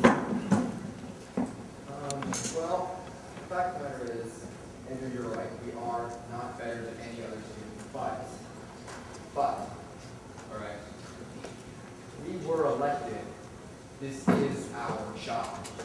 Now, before I ran for representative, I knew when the meetings were, and I made sure that when I was elected that I was not going to miss the first meetings last semester before I went for summer vacation. And when I got back, I knew when they would be, and I made sure I made it to every meeting. In fact, I'm almost certain that I was the only member of the last assembly that never missed a meeting other than the vice president and the president.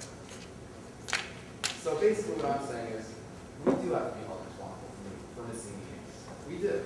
Because we were elected by the students. And the fact is that if you don't give an excuse absence for missing your meetings, it's just, this is where and how we hold responsible. And on top of that, from what I'm hearing, in this newspaper article, the representative found out that he has been expelled. Now, had that happened to me, had I been in that position where I saw in the newspaper that I was expelled, I would be on the horn with about 100 people. Am I expelled? Am I expelled? Am I expelled? I'd be checking my emails right away. And from what I'm hearing right now, it seems like he didn't check his emails until 11 at night, or didn't get in contact with anyone until later. To me, that just shows that just a lack of just wanting to be a part of the service. And again, nothing personal about this representative. I know nothing about it. But I'm judging from where I would be in that position. I really wanted to be represented through our Congressional Council. And I'm doing my job right now. I am here. I have not missed a meeting, and I'm proud of that. And I hope everyone in this room is the same way. You are elected by the students. You are their representative. You do not miss meetings here. All right? That was my objection. Okay, we're going to have to take a vote on this objection just like last time, to end debate, I'm sorry, requires a 2/3. So please raise your hand at this time if you would like to end debate.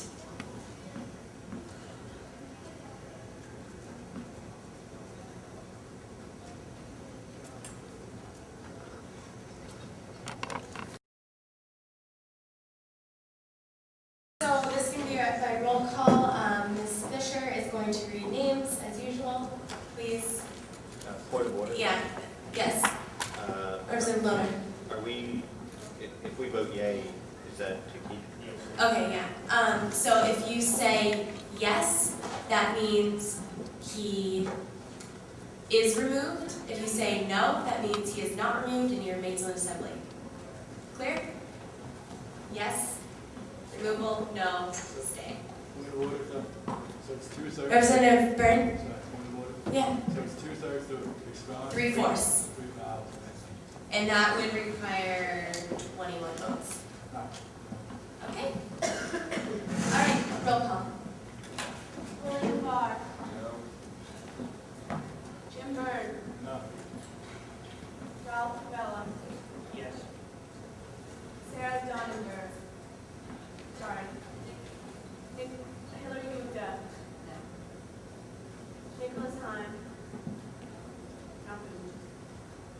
Hubert Hines,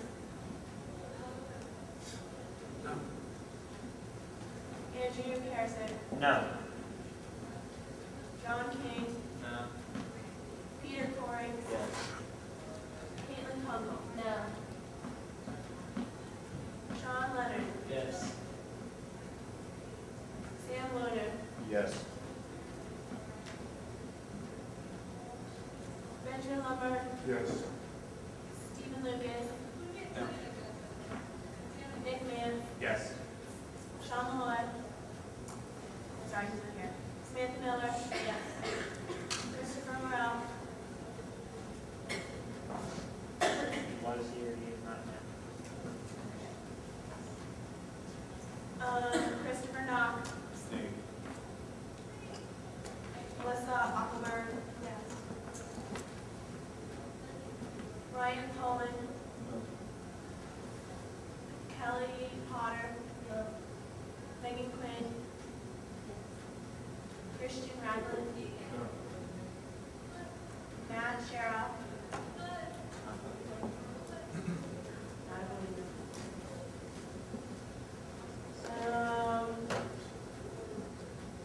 Phillips Lesser, Yes. Richard Tremansky, Yes. Colin Smith, Matthew Smith, Yes. Michael Smith, not here, Michael Wallace. Have I missed anyone's name that should have been called? Just for clarification, sorry, there are 26 voting members here, so it's going to take 20 yeses to be 3/4. By Ralph Smith. Point of order. Yes, Representative Byrne? Do we applaud? Which one do we applaud? Let's just not applaud at all. Is that good? We're not winning anything, but we're not. I was just trying to lighten the mood. I mean, it's so cold in here and everyone's being cold. Calisthenics?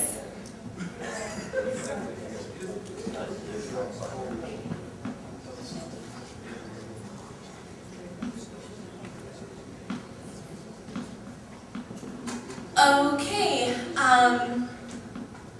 Representative Hines is not going to be removed from this body, from assembly, from UPUA. The vote totals were 13, 10, and 13, 12, 1. So, congratulations. Okay, moving on to item number 12, new business, resolution number 8, Service Nation. Representative Miller is going to present. Finally, thank you.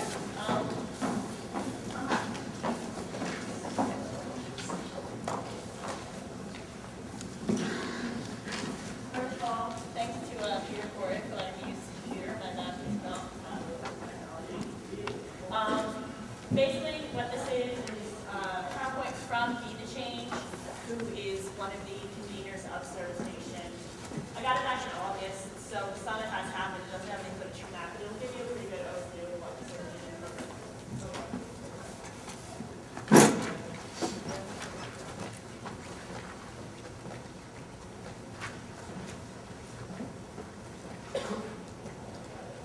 I always have to call. So the Service Nation campaign was in New York City on November 11th. And on September 11th, both Senator Obama and Senator were televised nationally on CNN concerning Service Nation and what they would do in their administrations to promote a culture of national service in the United States. So that did happen, and the day of action was a Saturday, and there were thousands of events all over the country. I don't want to read the whole PowerPoint, you guys can read it, send it over the list there if you're interested, but the vision is to unite leaders from every sector under the flag of national service. So it's not just a government program, it's not just a volunteerism program, they really want to include the private sector as well. What we see a lot of times now are the private companies, like Teacher America and schools and things like that, have been more effective in solving America's problems through community service than a lot of the government programs. So they want to really work together to bridge the gap to see what they're doing that government programs can help influence so that everyone's working together in the same umbrella. Those are just some of the organizations that have already signed on to publish. And as you can see from the list, it's a huge national movement. It's not something very small or remote that only a few people know about in DC. It's all over the place. And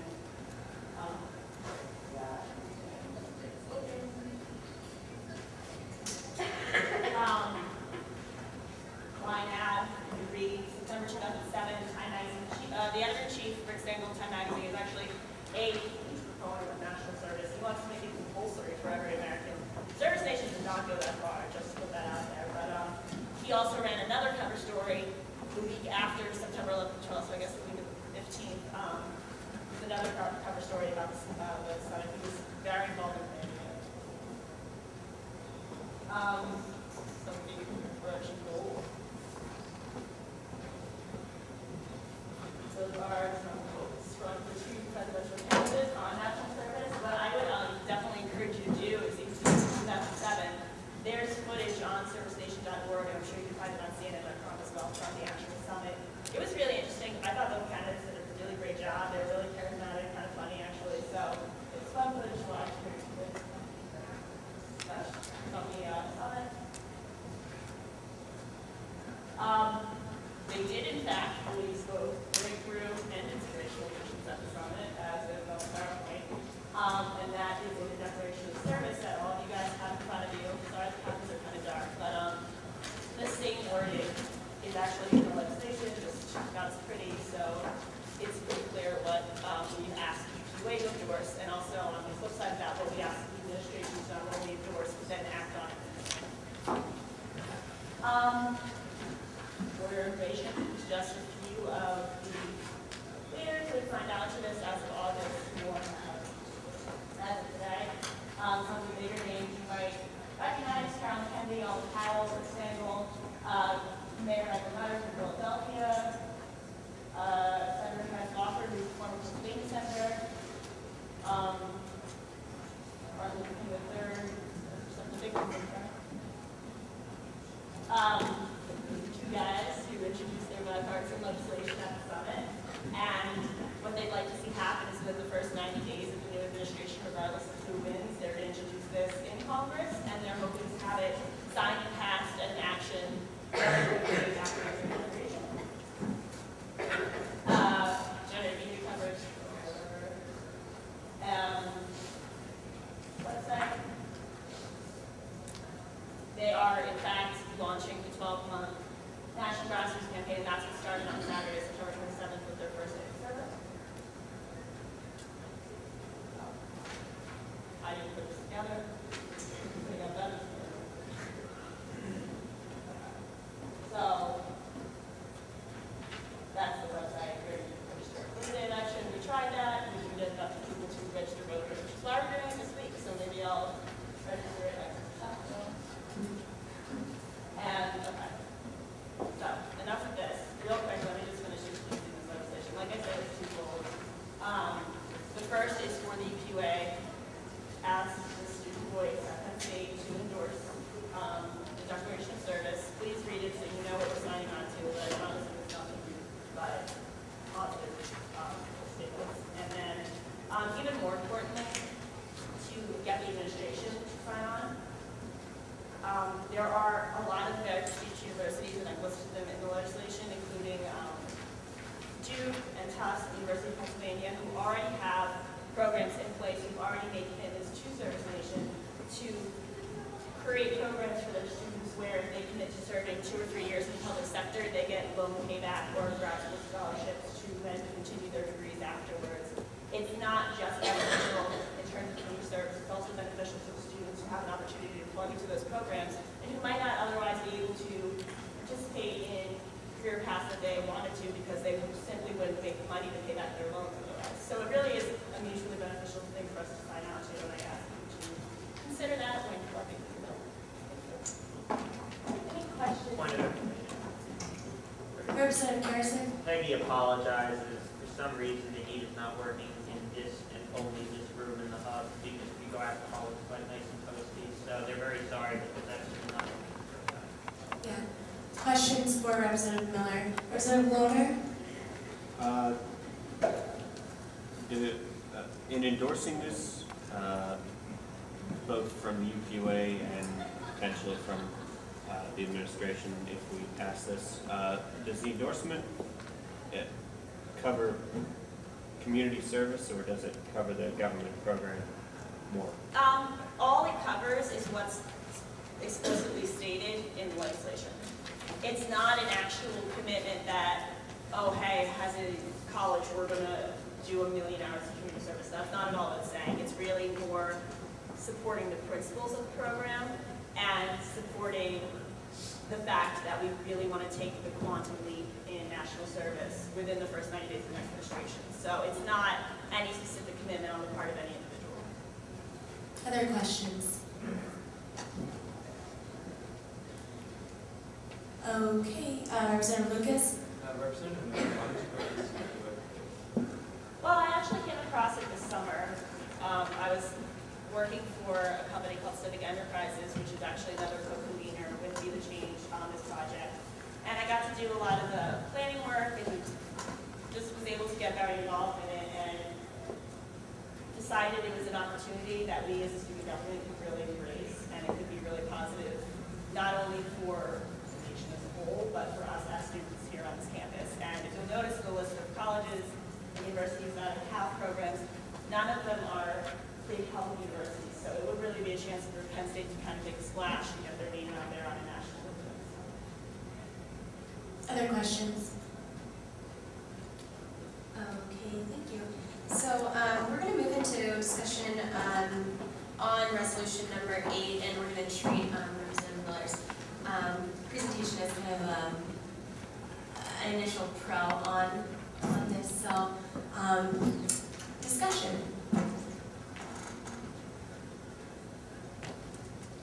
Representative Barr.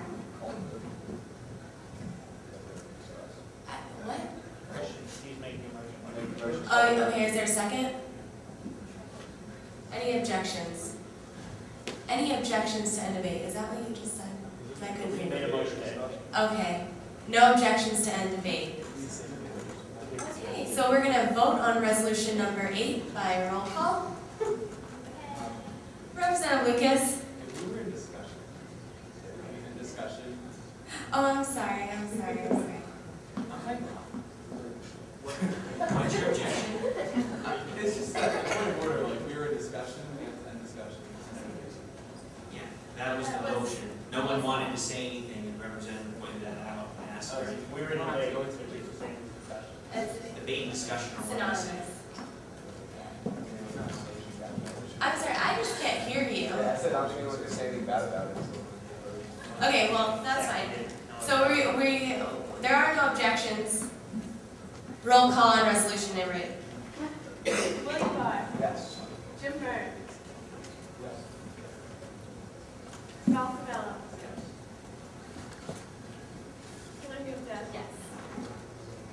Stephen Hine. Deidre Parasick. Yes. John King. Yes. Peter Corey. Yes. Caitlin Tumble. Yes. Sean Leonard. Yes. Stan Loner. Yes. Benjamin Lumber. Yes. Stephen Liggins. Nick Nance. Yes. Samantha Miller. Yes.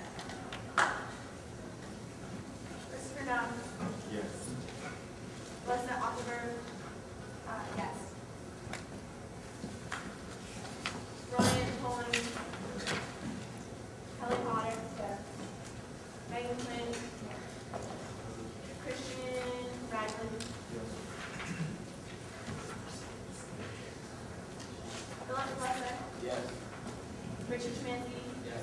Colleen Smith, Yes. Matthew Smith, Yes. Michael Smith, Michael Wallace. Yes. Okay, resolution number 8 passes 26-0-0. Moving on to resolution number 9. It says here that it has to be brought to the floor by 2/3. It doesn't have to pass through committee because it is sponsored by the president. So, are there any objections to bring it to the floor? Okay, great. Mr. Cairns? I alluded on this a little bit earlier during my introduction. Basically, what this is basically a compromise that was reached. What was basically offered to us originally was to have a board of 2 to 3 students and 4 administrators, where students would be the minority. That is the current model that is being offered to the Commonwealth campuses, and we obviously did not want that model. We passed a very extensive plan of where we get basically every student leader and their mother to the table, but we decided, but basically one of the reasons we did that is that we knew we wouldn't get everything, but we realized that would be a great starting point to be in discussions on how students could be more involved with the facilities fee, considering we're the ones paying it. The compromise that's worked out is basically this. You can read everything, the whole gist of it, but the funding parameters of the facilities fee are basically the same as what we worked out, but the membership is such as this. 8 student members shall include 6 undergraduate students, including the UPUA president, and 2 graduate professional students, including the GSA president. The UPUA shall appoint the other 5 undergraduate students, and the GSA president shall appoint the other graduate and professional students. You can read about the additional voting members. There's a few other things that were originally, a couple small points that were, when they sent the document to me, that were in there. After meeting with steering committee, we decided to take them out. One is that the UPUA president, specifically myself, shall appoint the other 5 undergraduate students. That was never intended to be in there. It should go up to the assembly to appoint who these people are, and I shouldn't have absolute authority over that, or any future president. Another thing in there was that there was kind of a mundane detail about there should consist of 8 students and 5 non-students. We didn't feel that was necessary. Specifically in regards to the University Faculty Senate Committee, they can put on whoever they want. We feel that should be at their discretion. And another thing that was not in the original, but was this is agreed upon, was the facilities fee will not be raised more than the rate of in-state tuition for a given year. That was not in the original parameters, but Trustee Hughes actually pointed out that should be in there, so that has been added, which is a great point. And last, the point about that it can't be raised beyond in-state tuition, which was added. And lastly, we added in that in steering committee and annual public and itemized. Basically, it just said we would provide to the campus community, but did not go into any specifics. This goes a little bit further. That is the gist of the compromise. Any questions for Mr. Cairns?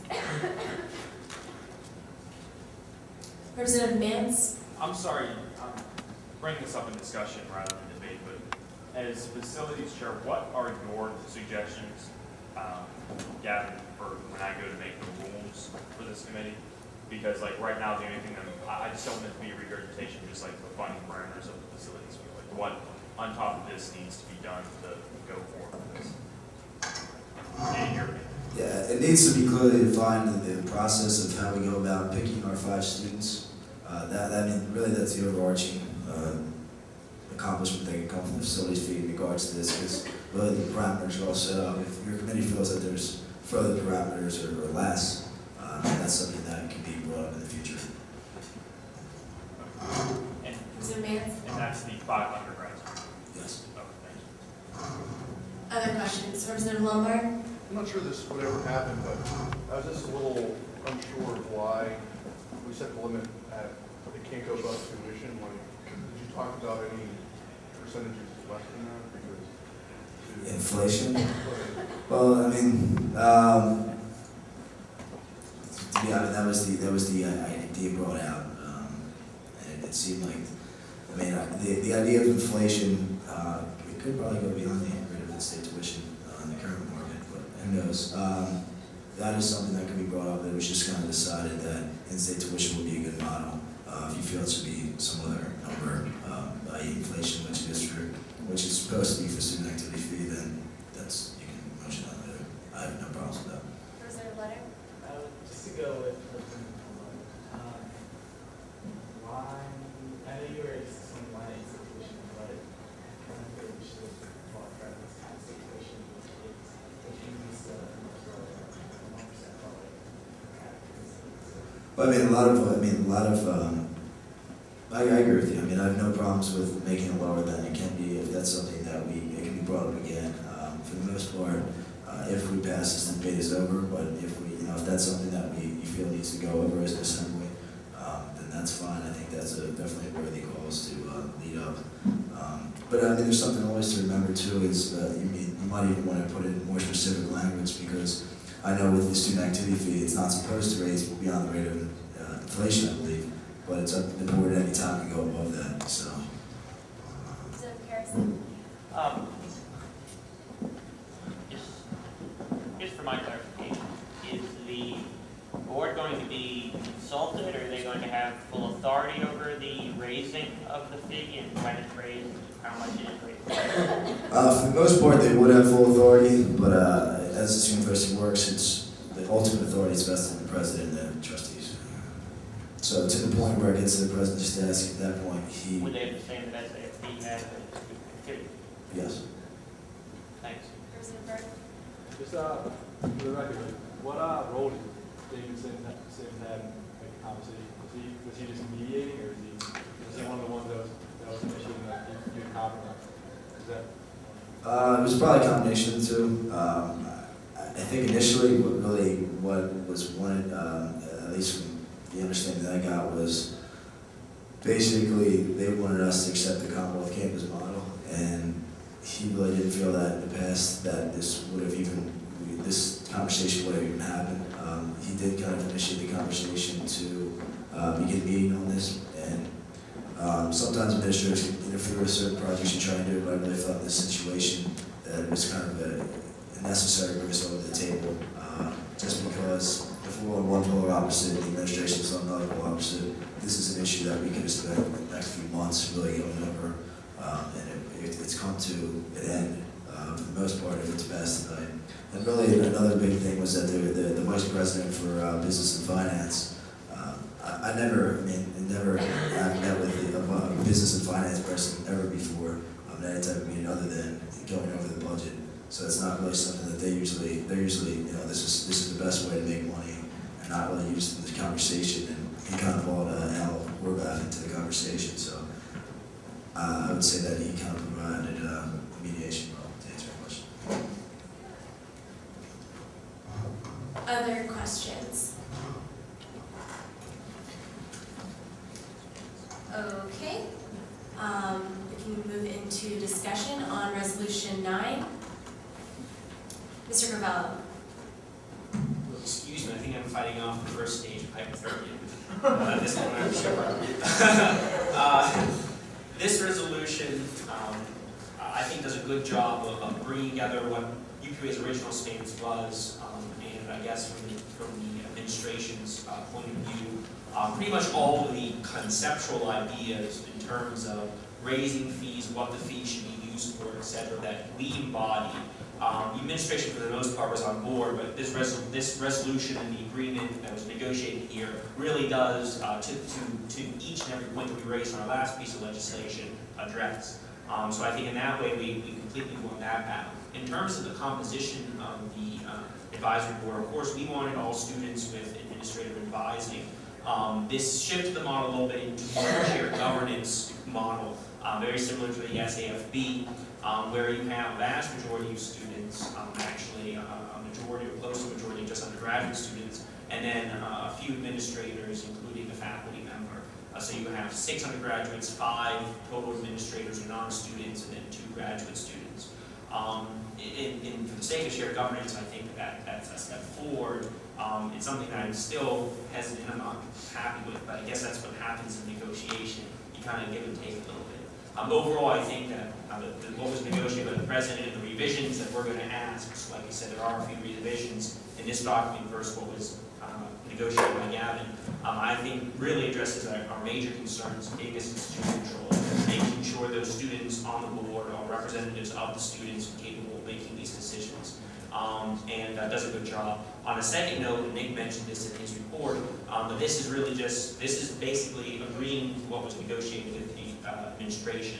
The next round of legislation will be, well, how are these 5 people appointed? How are we going to handle that? Who sits on this board? Are we going to try and embody some of the ideals of bringing some other students from these outside organizations, which we mentioned last time, into some sort of caucus or Nick's committee in order to further dialogue and bring other perspectives to kind of advise the students going to vote to this matter? And that's something that Nick's committee is going to be looking into in the future. So just kind of a perspective on it. Further discussion? Debate? Representative Lucas? All right, you got it. I just wanted to, I just wanted to compliment President Williams and Chair Corbella. I've seen facilities fee come up. I've seen it, piss off a lot of students, and I've seen this legislation which ensures that we're going to have student leadership, or suggests that we're going to have student leadership to government fee. And I think that's a great accomplishment for this body. Representative Leonard? Just going back to the percentage, if it's going to really hinder this resolution, going back to the percentage, which I was asking that before, if it's going to hinder the resolution itself and take a lot more time, I don't see that as worthy of voting for it today. I think it's something that we can work for in the future, but this is good the way it is. Further discussion? Representative Mance? Just something on a point of order. Instead of voting no on this, can someone just suggest an amendment to this legislation? Yes. Put it out. Representative Lohner? One thing that bothers me about this is line 7 of page 2 in the composition section, where it talks about the co-chairmanship of the committee. In the discussions at the facilities committee about this, and it didn't go through facilities, so it's no fault of the authors of this, but one point of debate we had was that the president of the UPUA is elected for a lot of things, and of course not before now, but I don't think in the future one of those things will be handling the millions of dollars that this is going to bring in. And I think a more appropriate co-chair from UPUA would be the facilities chair, because that person is selected by this body, and all of the 30 to 40 people in this room who vote on that, when they're appointing them in the beginning of our terms, would have those millions of dollars in mind. And so to that end, I move to amend this to say the committee shall be co-chaired by the facilities chairman of the University Park Undergraduate Association Facilities Committee and the president of the Graduate Student Association. Your second? Moving into discussion on the amendment, Representative Karasik? I'm strongly opposed to this amendment.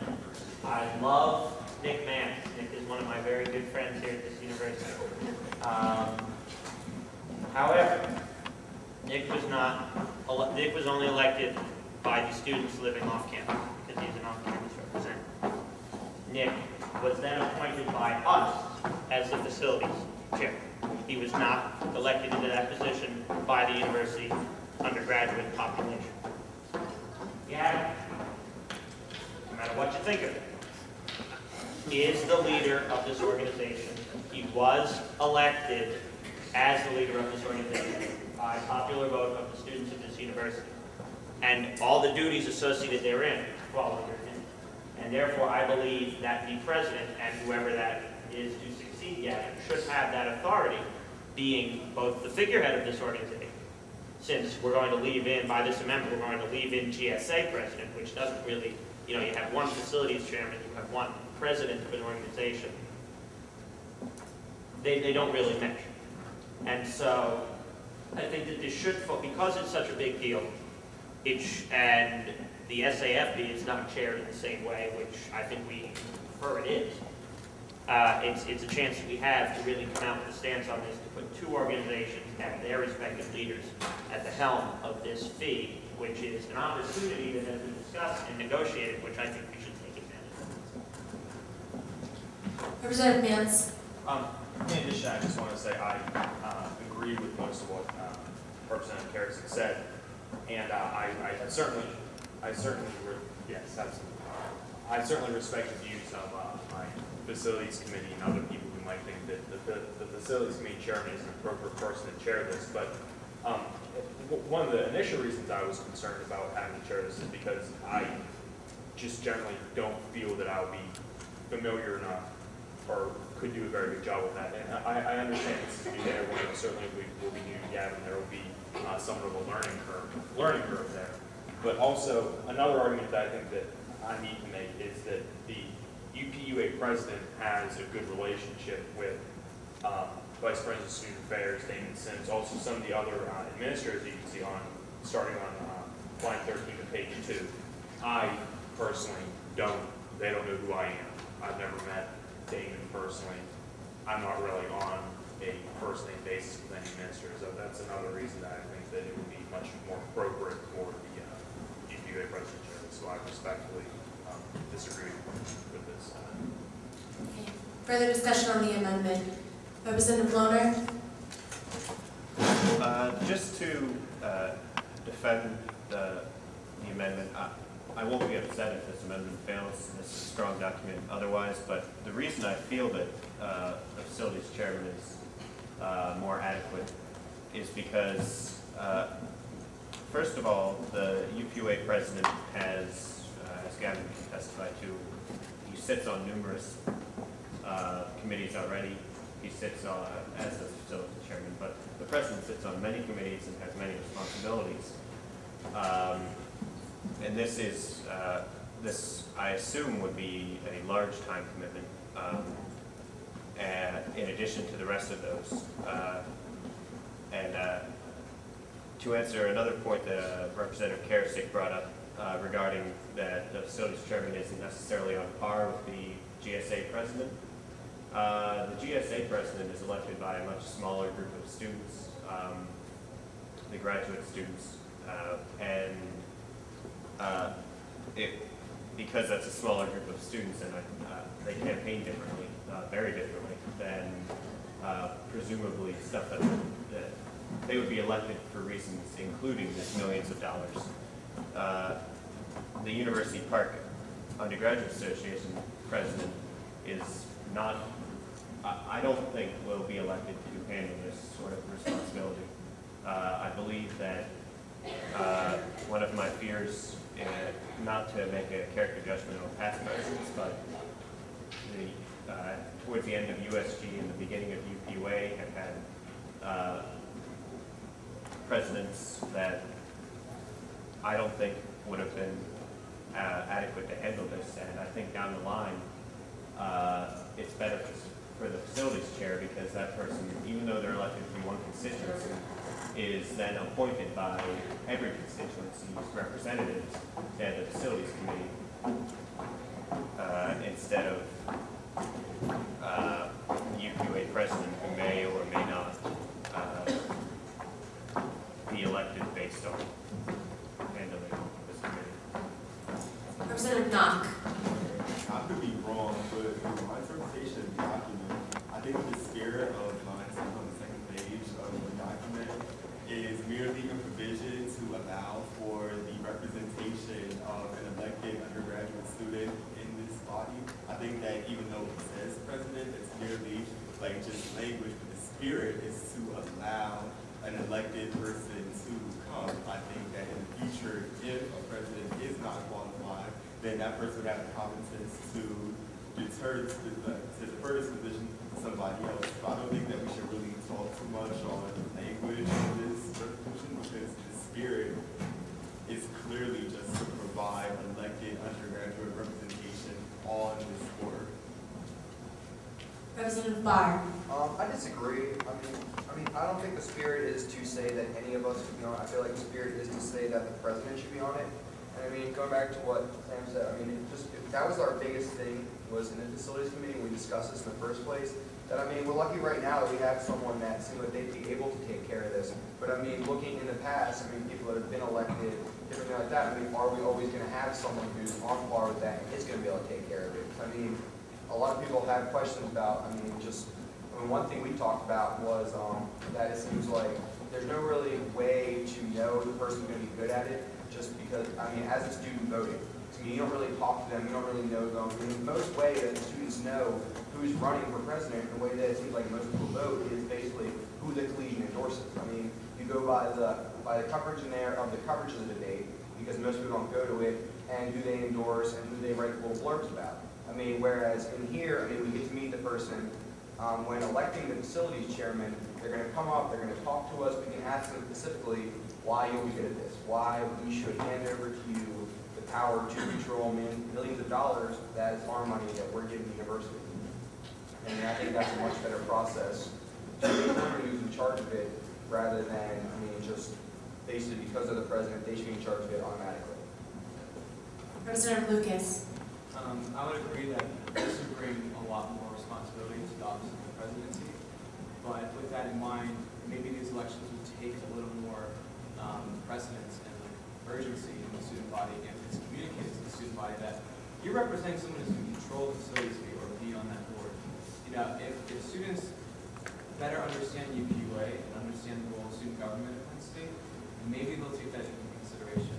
There's always the chance that popularity will trump that, just like there is in the presidential election and congressional elections. That's politics. I think it should be at the discretion of the president whether or not he or she would like to appoint someone else in this position. But I do feel that the president should be in this position because of how instrumental it is in student affairs and budgetary requirements. Mr. Kierans.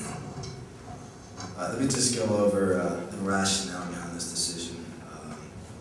I do understand all the different concerns, and basically the idea, this is, of all the advisory boards or other boards that happen, students have never chaired them in the past, and really putting the president, whether it be myself or up to somebody in the future, and the GSA president together was really a sign of strength in the organizations, and kind of a sign of strength in what is going on with those bodies, that they're able to take on this responsibility. Down the line, if the president doesn't see himself fit, or down the line once it's established, then it might be appropriate then to kind of trickle it down to the facilities chair, because the president does have a lot of responsibilities. But I think to start off with, it's important that we don't play around with the language too much, and we kind of show a sign of strength in our organization, a sign of strength that we ensure negotiations and kind of goodwill. Representative Barr. My only thought on that is that, what president or anyone's going to come out and say, no, I'm not qualified for this, you really shouldn't put me in charge of it, I'm going to do a terrible job. I can't honestly see, any of us saying that, no, sorry, you guys elect me as students, but sorry, I suck, I shouldn't do it. Mr. Kierans. Oh. Representative Lombard. I disagree with that. I think that a president within their best, decision-making would say to the facilities chair, I have a lot of commitments to make, and I think that you would do a better job in that position.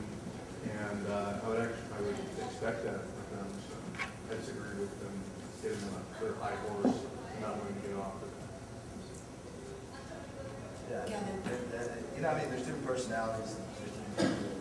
Some of us have bigger egos than others.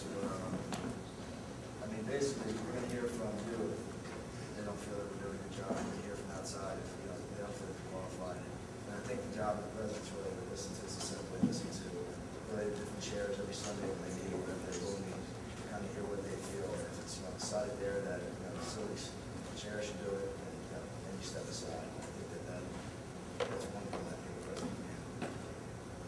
Representative Karasik. I'd like to address two things once again very quickly. To minimize the importance of the graduate student population of this university, I do not think is a road that we want to go down. They are equally as important as we are, and I don't think that Alfonso is qualified to be president of this body, but nor do I feel that Gavin is qualified to be president of the GSA. They serve two different purposes and two very important but very different constituencies.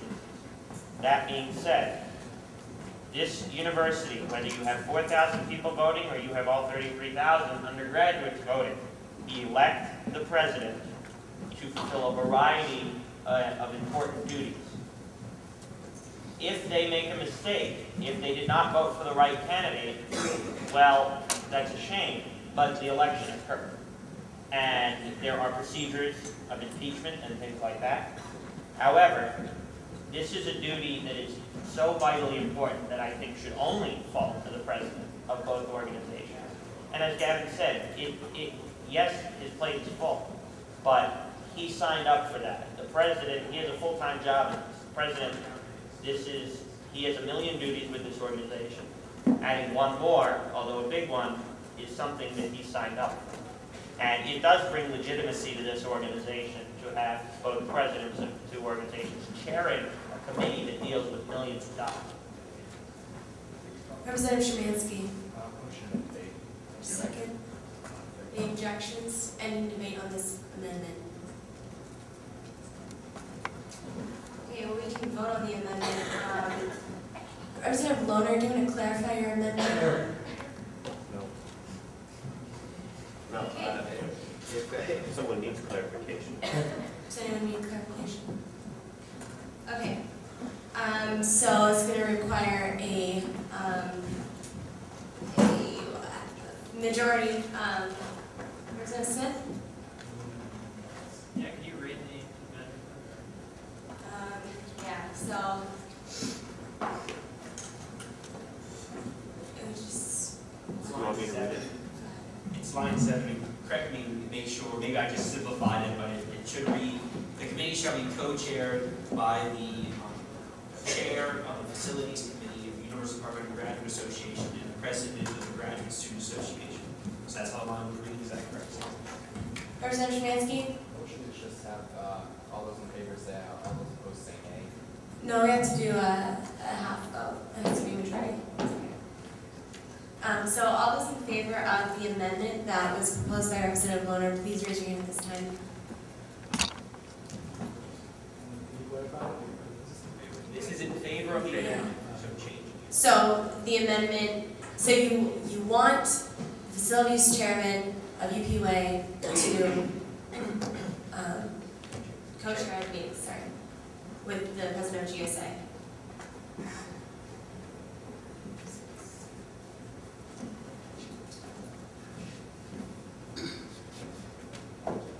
All those opposed?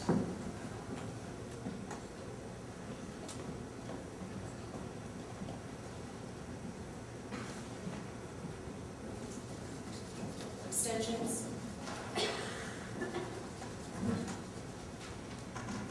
Okay, that amendment does not pass.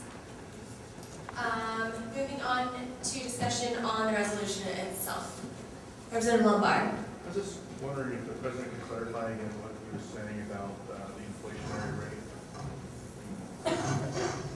If you want to, basically what I said, if you're in favor of the rest of the document, that's kind of a sticking point, then I think that maybe an amendment should be made, and that's something that we can kind of specifically hone in on to change that. That's something that, what I was saying before is that it'd probably take months if we were more opposite, something very specific like that could be, I'm sure, negotiated.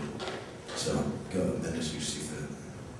I was just wondering, would it be something to the point where you would say that it can't be raised above tuition nor the current inflationary rate? As far as what language should do. Well, will that serve the purpose? Well, then I move to make a motion to make an amendment for wording that line 44, the facilities fee will not be raised more than the rate of in-state tuition for a given year nor over the current rate of inflation. Is there a second? Any objections? Just to the amendment. Current rate of. Okay, the amendment is done. Representative Barr? Okay, I guess, are we in debate about this now? No, there are no objections about that specific amendment. Okay, I just wanted to ask, okay. Okay, so moving on to just discussion debate about the resolution number 9 itself. Representative Barr? Is that how the activities fee is done right now with inflation? Is there anything else that's done, like, they can't raise above inflation? Yeah, I mean, basically, the student activity fee board, it's supposed to be inflation. I'm almost positive that says it, I don't know, 100% we don't think. But basically, it's up to the discretion of the board to change that every time. So this board can change the language at any time, really. And that's the same thing with the SAP, it's the same way that any of the boards exist. Actually, Gavin's right. Right now, the SAP policies, it's actually mandated inflation increase. So every year it increases by inflation. And there's no other policy other than the board itself who can obviously make significant increases, which they have in the past 4 years. Representative Mance? Just to back up what both Gavin and Rob were saying, I know that, I'm not sure exactly what it is now, but from 06, 07 to 07, 08, the student activity went from $57 to $68. So do the math there, I think that's about 20%. So it's just, yeah, and I went from 68 to 73. So just from 57 to 68, do the math, that's several times the rate of inflation. So just to get your Basically, what I'm saying, we can change the language, we can negotiate about it, make it say, that's fine, it'll just be, at the rate of inflation. But I mean, at any time, these boards are showing that they can change it, all they have to do is make it straight. This is our suggestion to the right. Further discussion, debate on resolution 9. Representative Karasik? This is a strong amendment, this is a strong resolution, a strong initiative, and I applaud everyone that was involved in the creation of this. If there are no objections, I move to end today. Is there a second? Any objections? Just real quick. Yeah, Representative Wallace? It'll be real quick. For the sentence starting on line 46, are we not amending language? Well, we could have done that. Right now, we're just moving. I just asked if there are any objections to closing debate on the resolution itself. So if you have an objection, you can stand and state why, and then you can move to amend something. Well, if it's grammatical. Yeah, if it's grammatical, I can change it. No, well, it's all right. It's just a little unclear. That's it. Well, just go ahead. What is it? Just say it. No, I just wanted to, for the end of the sentence, where it says for use when enough funds. Do the line What's that? 46 on page 1? On page 1. Yes, okay. Like when enough funds are generated to complete an approved project, does that mean that the funds won't, the excess funds won't be used until an additionally approved project pops up? That is the, say a project costs $40 million and we raise $40 million over 5 years. That is one way that it can be used, that says 5 years. There could be 2 or 3 projects going on at one time, and there's different amounts used, and then we carry over to fund that. Right. Do you have any questions? No, that's Do you have an objection to ending debate on the resolution? Okay. Are there any objections to ending debate on resolution 9? Okay, saying none. Roll call. This will require a majority vote, just like on resolution 8. Secretary? William Barr. Yes. Jim Byrne. Yes. Ralph Cabello. Yes. Larry Gupta. Yes. Hubert Hahn. Andrew Carrison. Yes. Don King. Yes. Peter Curry. Yes. Caitlin Campbell. Yes. Sean Leonard. Yes. Yes. Stephen Livius, Yes. McMahon, Yes. Sam Millen, yes. Chris Minogue, Yes. Melissa Aquilor, yes. Brian Coleman, Kelly Potter, yes. Megan Quinn, Christian Ragland, Philip Lesser, Yes. Richard Schmidt, Yes. Colin Smith, yes. Matthew Smith, Yes. Michael Wallace, Yeah. Okay, resolution 9 passes unanimously. Moving on to comments from the go to the order. I have a couple of things, just to keep myself accountable. I know I didn't, last week, Representative Lucas asked Gavin and I to say what we're working on, and we didn't say our implementation strategy. But I did say that you all can keep me accountable for the sportsmanship issue that I'm currently working on. I meet with a couple different representatives from different organizations every Tuesday evening to talk about sportsmanship, and we are forming a body, but I have convinced them that this is going to need to be formed specifically through UPUA, but not specific oversight by UPUA, sort of like what Resolution 9 says, kind of in that spirit. But I will be presenting, I'll have a presentation for you all either in the next 2 weeks. I met with Greg Myford, who's the Associate Director of Athletics, on Monday, and he is thrilled. So if you want to know more details about this, I'm going to be talking to Mr. Sims. I talked to him several times about this, just kind of informally, and then I'm going to have a formal meeting with him next Tuesday, and hopefully everything will be fine, and I can give you all specifics in a formal presentation next Wednesday. If not, it'll be the following week. Secondly, in regards to Hubert Hines, I have no opinion on whether we should or should not have kept you here, but since we did, I would just like to encourage everyone in UPUA, all the representatives here specifically, and people in his committees to embrace him and to help get him back up to speed, because you will be working with him, and it is your duty and your obligation to not only yourself just to fulfill your role here, your obligation here, as best as you can, but to your constituents that you represent, and to help him fulfill his role that you allowed him to the best of his ability as well. So, with that said, you need to encourage and embrace one another, and we're together, and I would just really like to see that. And opinion aside, I'll be happy to work with you as well, and I'm glad that you're here. Representative Karasik. I'll be very, very quick. 2 things.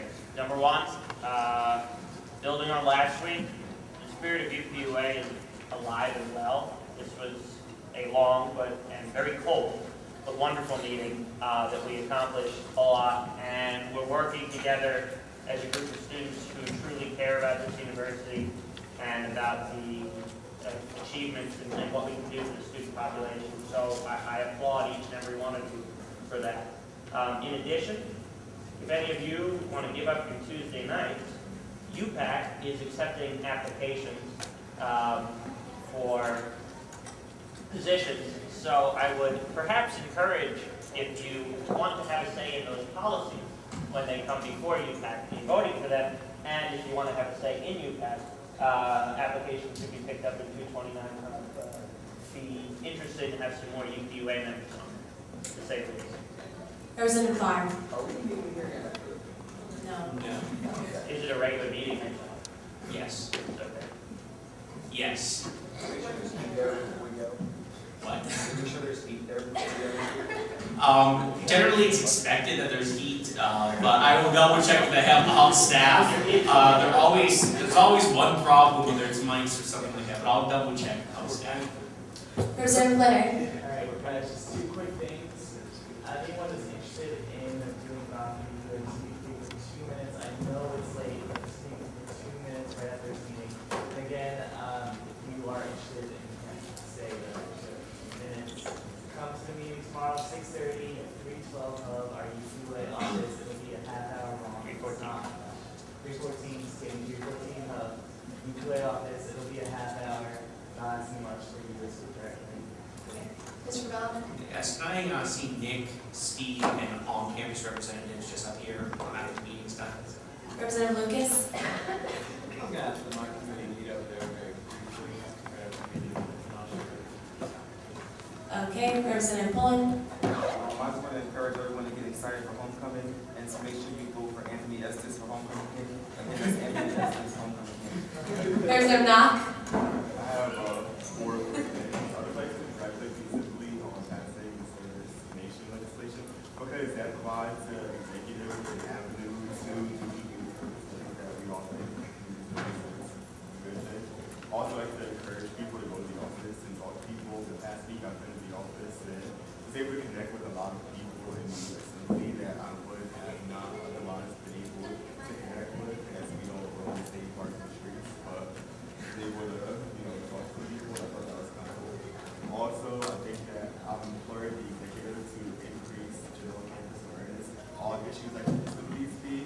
I know that me, along with plenty of other people, paid the facilities fee and then forgot about it. We get so tied up in the on campus that we kind of forget that, if we don't keep things in students' minds, they're going to forget about it. So, we can talk about it, but they might not. Also, lastly, I am the campus director for Penn State with the Association of Big Ten Students, and I've been getting a lot of emails from my friend Brad, who is at University of Illinois, and he's asking me to provide the rest of the Big Ten schools with a report on how this government, UPUA, is doing, so we can tell all the rest of the schools in the Big Ten how we are the best student government in the Big Ten. So please relay me all positive news, and I will answer the rest of the Big Ten, and I'm going to make this sound a whole hell of a lot better than we are saying. Well, without a doubt, we are the best anyway, so, you met with everyone, so. Other comments? Representative Szymanski? Anyone's interested in watching the next presidential debate, my college, the liberal arts, will be hosting an event in Thomas 102. It'll start at 8 p.m. The debate starts at 9, but coming at 8, there'll be some discussion and free pizza and ice cream. Those college students will love that, so if anybody has any questions about it, please see me. Representative Hochberg? Hello, I would just like to formally introduce myself. My name is Ellie, and I'm just officially a part of the UQA, and I look forward to meeting all of you individually and becoming an integral part of this association. Thank you. She is sworn in before the meeting. Representative Wallace? I think that we should have Big Ben here more often. Okay, Deb? Just a couple things then. One, can I take a look at how the agenda is set up? I think it's within the bylaws. Specifically, the new business is at the end, which for practical reasons, but as far as press reasons, they usually leave at 10 o'clock, and tomorrow's story will be completely about the expulsion trial of Hubert Hines, the dramatics that went on with it. And, that's really not what we did tonight. I mean, that was a small part, and that's just something I think that we really need to look at as far as our image. So that's something I'd like to see done, and that's it for me. Other comments for the good of the order? I would like to yield the floor to Mr. Trustee Rodney Hughes. I'm not even sure if I can speak, but You sure can. I just want to follow up on what Representative Knox said.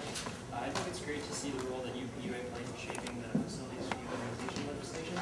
But one of the things that came up in our discussions was the role that UPUA can play going forward, engaging student opinions on how we should prioritize these projects, and representing different groups, bringing that discussion here.